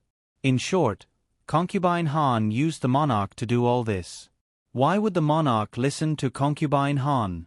Did concubine Han get hold of his weakness? Or was he controlled by concubine Han? Xiaoheng said, my mother went to the palace to see the emperor. Wait for her to come back and listen to what she has to say. After half a month of cultivation, Shangguan Yen had already recovered to be able to stand and walk. But in order to show her weakness, she still chose to enter the palace in a wheelchair. She went to the monarch's bedchamber to wait. However, what was strange was that the palace people didn't allow her to enter. She was the third princess. Even if she was crippled, she could still lie in the monarch's bedchamber. How dare they stop her from entering? What's your name? This princess has never seen you before. Shangguan Yen sat in the wheelchair and faintly asked the little eunuch in front of her. The little eunuch smiled and said, "This slave's name is Huan Shi. I was just transferred here." "Where's Zhang Dequan?" Shangguan Yen asked. Huan Shi smiled and said, "Eunuch Zhang was found to have an affair with a palace maid. He fled overnight. Now the one serving His Majesty is Chief Yu." Shangguan Yen frowned and said, "Which Chief Yu?" Huan Shi said, "Chief Yu Chongpa." She seemed to have some impression of him. He used to serve the emperor, but he was not very favored. Why did he promote him? "What about Xiao Zhao?" she asked again. Huan Shi sighed and said, "Xiao Zhao and Eunuch Zhang are good friends. They were implicated and punished. They were transferred to the laundry room." Shangguan Yen asked a few palace people who were usually in front of the emperor. But the result was that they were not there.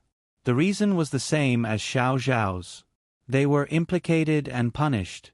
This kind of phenomenon was not strange in the harem. But the fact that she was blocked outside the door was unusual. After all, whether it was a newcomer or an old one, they should have heard that she was very favored recently. Shangguan Yen lightly said, "You blocked me outside. Are you not afraid that my father will blame you when he comes back?" Huan Shi kneeled and reported, "This is His Majesty's order. No one is allowed to enter without permission. This slave is also under the order. Third princess, please understand." In the end, Shangguan Yen didn't see the monarch. She went to the Hall of Harmony to find the monarch. Shangguan Yen was confused. What kind of medicine is this old man selling in his gourd? Did Wang Xian and the others betray me? No, I'm not afraid of death. They are afraid of death. Shangguan Yen left the palace with doubts. On the other side, Gu Jiao finished her official duties in the military camp and rode Black Wind King back to the Duke's mansion. Xiao Heng went to pick up little Jing Kong. The matter was reported by Gu Chengfeng and Gu Yen. When she heard that the monarch had an accident in the cold palace, Gu Jiao knew that what should come will come. In her dream, the monarch was also plotted against by imperial concubine Han in the cold palace. The person who did it was an Han. Under the control of imperial concubine Han and the Han family, the Great Yen fell into a civil strife more terrible than 15 years ago. Jin and Liang took the opportunity to wage war against the Great Yen. Under the internal and external troubles, the Great Yen suffered a devastating blow. Not only did they lose 12 cities, but they also lost countless outstanding children of aristocratic families. Mu Qingchen died in battle. Qing Feng died in battle. The 7 sons of Shen Yuan died in battle. The Shen Yuan army, which had been exhausted by the 3 years of civil war, couldn't turn the tide and was eventually wiped out. In her dream, imperial concubine Han imprisoned the monarch 6 years later. She didn't expect it to happen so early. Gu Jiao stared at Xiao Heng. The monarch is no longer the monarch of the past. Xiao Heng looked serious. What do you mean? Gu Jiao didn't say how she knew, she just told him everything in her dream. He was replaced. The person who replaced the monarch was carefully selected by Lady Han. Not only was the appearance very similar to the monarch, but even the voice and habits of the monarch were deliberately imitated. This was the biggest trump card in Lady Han's hand besides An Hun. That day, An Hun went to the outer city to see this person. Xiao Heng didn't ask where Gu Jiao got this information. He trusted her, he didn't doubt her and wouldn't force her to tell him things she didn't want to say. I didn't expect imperial concubine Han to have such a chess piece, he said with a serious expression. Then the monarch, Gu Jiao said, the real monarch isn't dead. Lady Han couldn't bear to kill the monarch, she just imprisoned him. At this time, Lady Han didn't know that 3 months later, the monarch would die of illness in a cellar that never saw the light of day. She still lost him in the end. This was also the beginning of all the nightmares. Without the monarch to stabilize Lady Han and the Han family started a civil war. We have to snatch the monarch back. Gu Zhao said. The latest chapter of this book isn't finished yet. For more exciting content, please scan the QR code below to download the app. Novels are updated faster. Millions of novels are free to read. Novels with content that can't be found on the internet are all available here. https://www.zhbqg.com/896428826/10618031. HTML Genius memorized this website's address in 1 second. www.zhbqg.com Biku Gu mobile reading website, zhbqg.com. You're tuning in to the Narrate and Escape YouTube channel. Don't forget to subscribe and join us on this journey to catch the most captivating stories.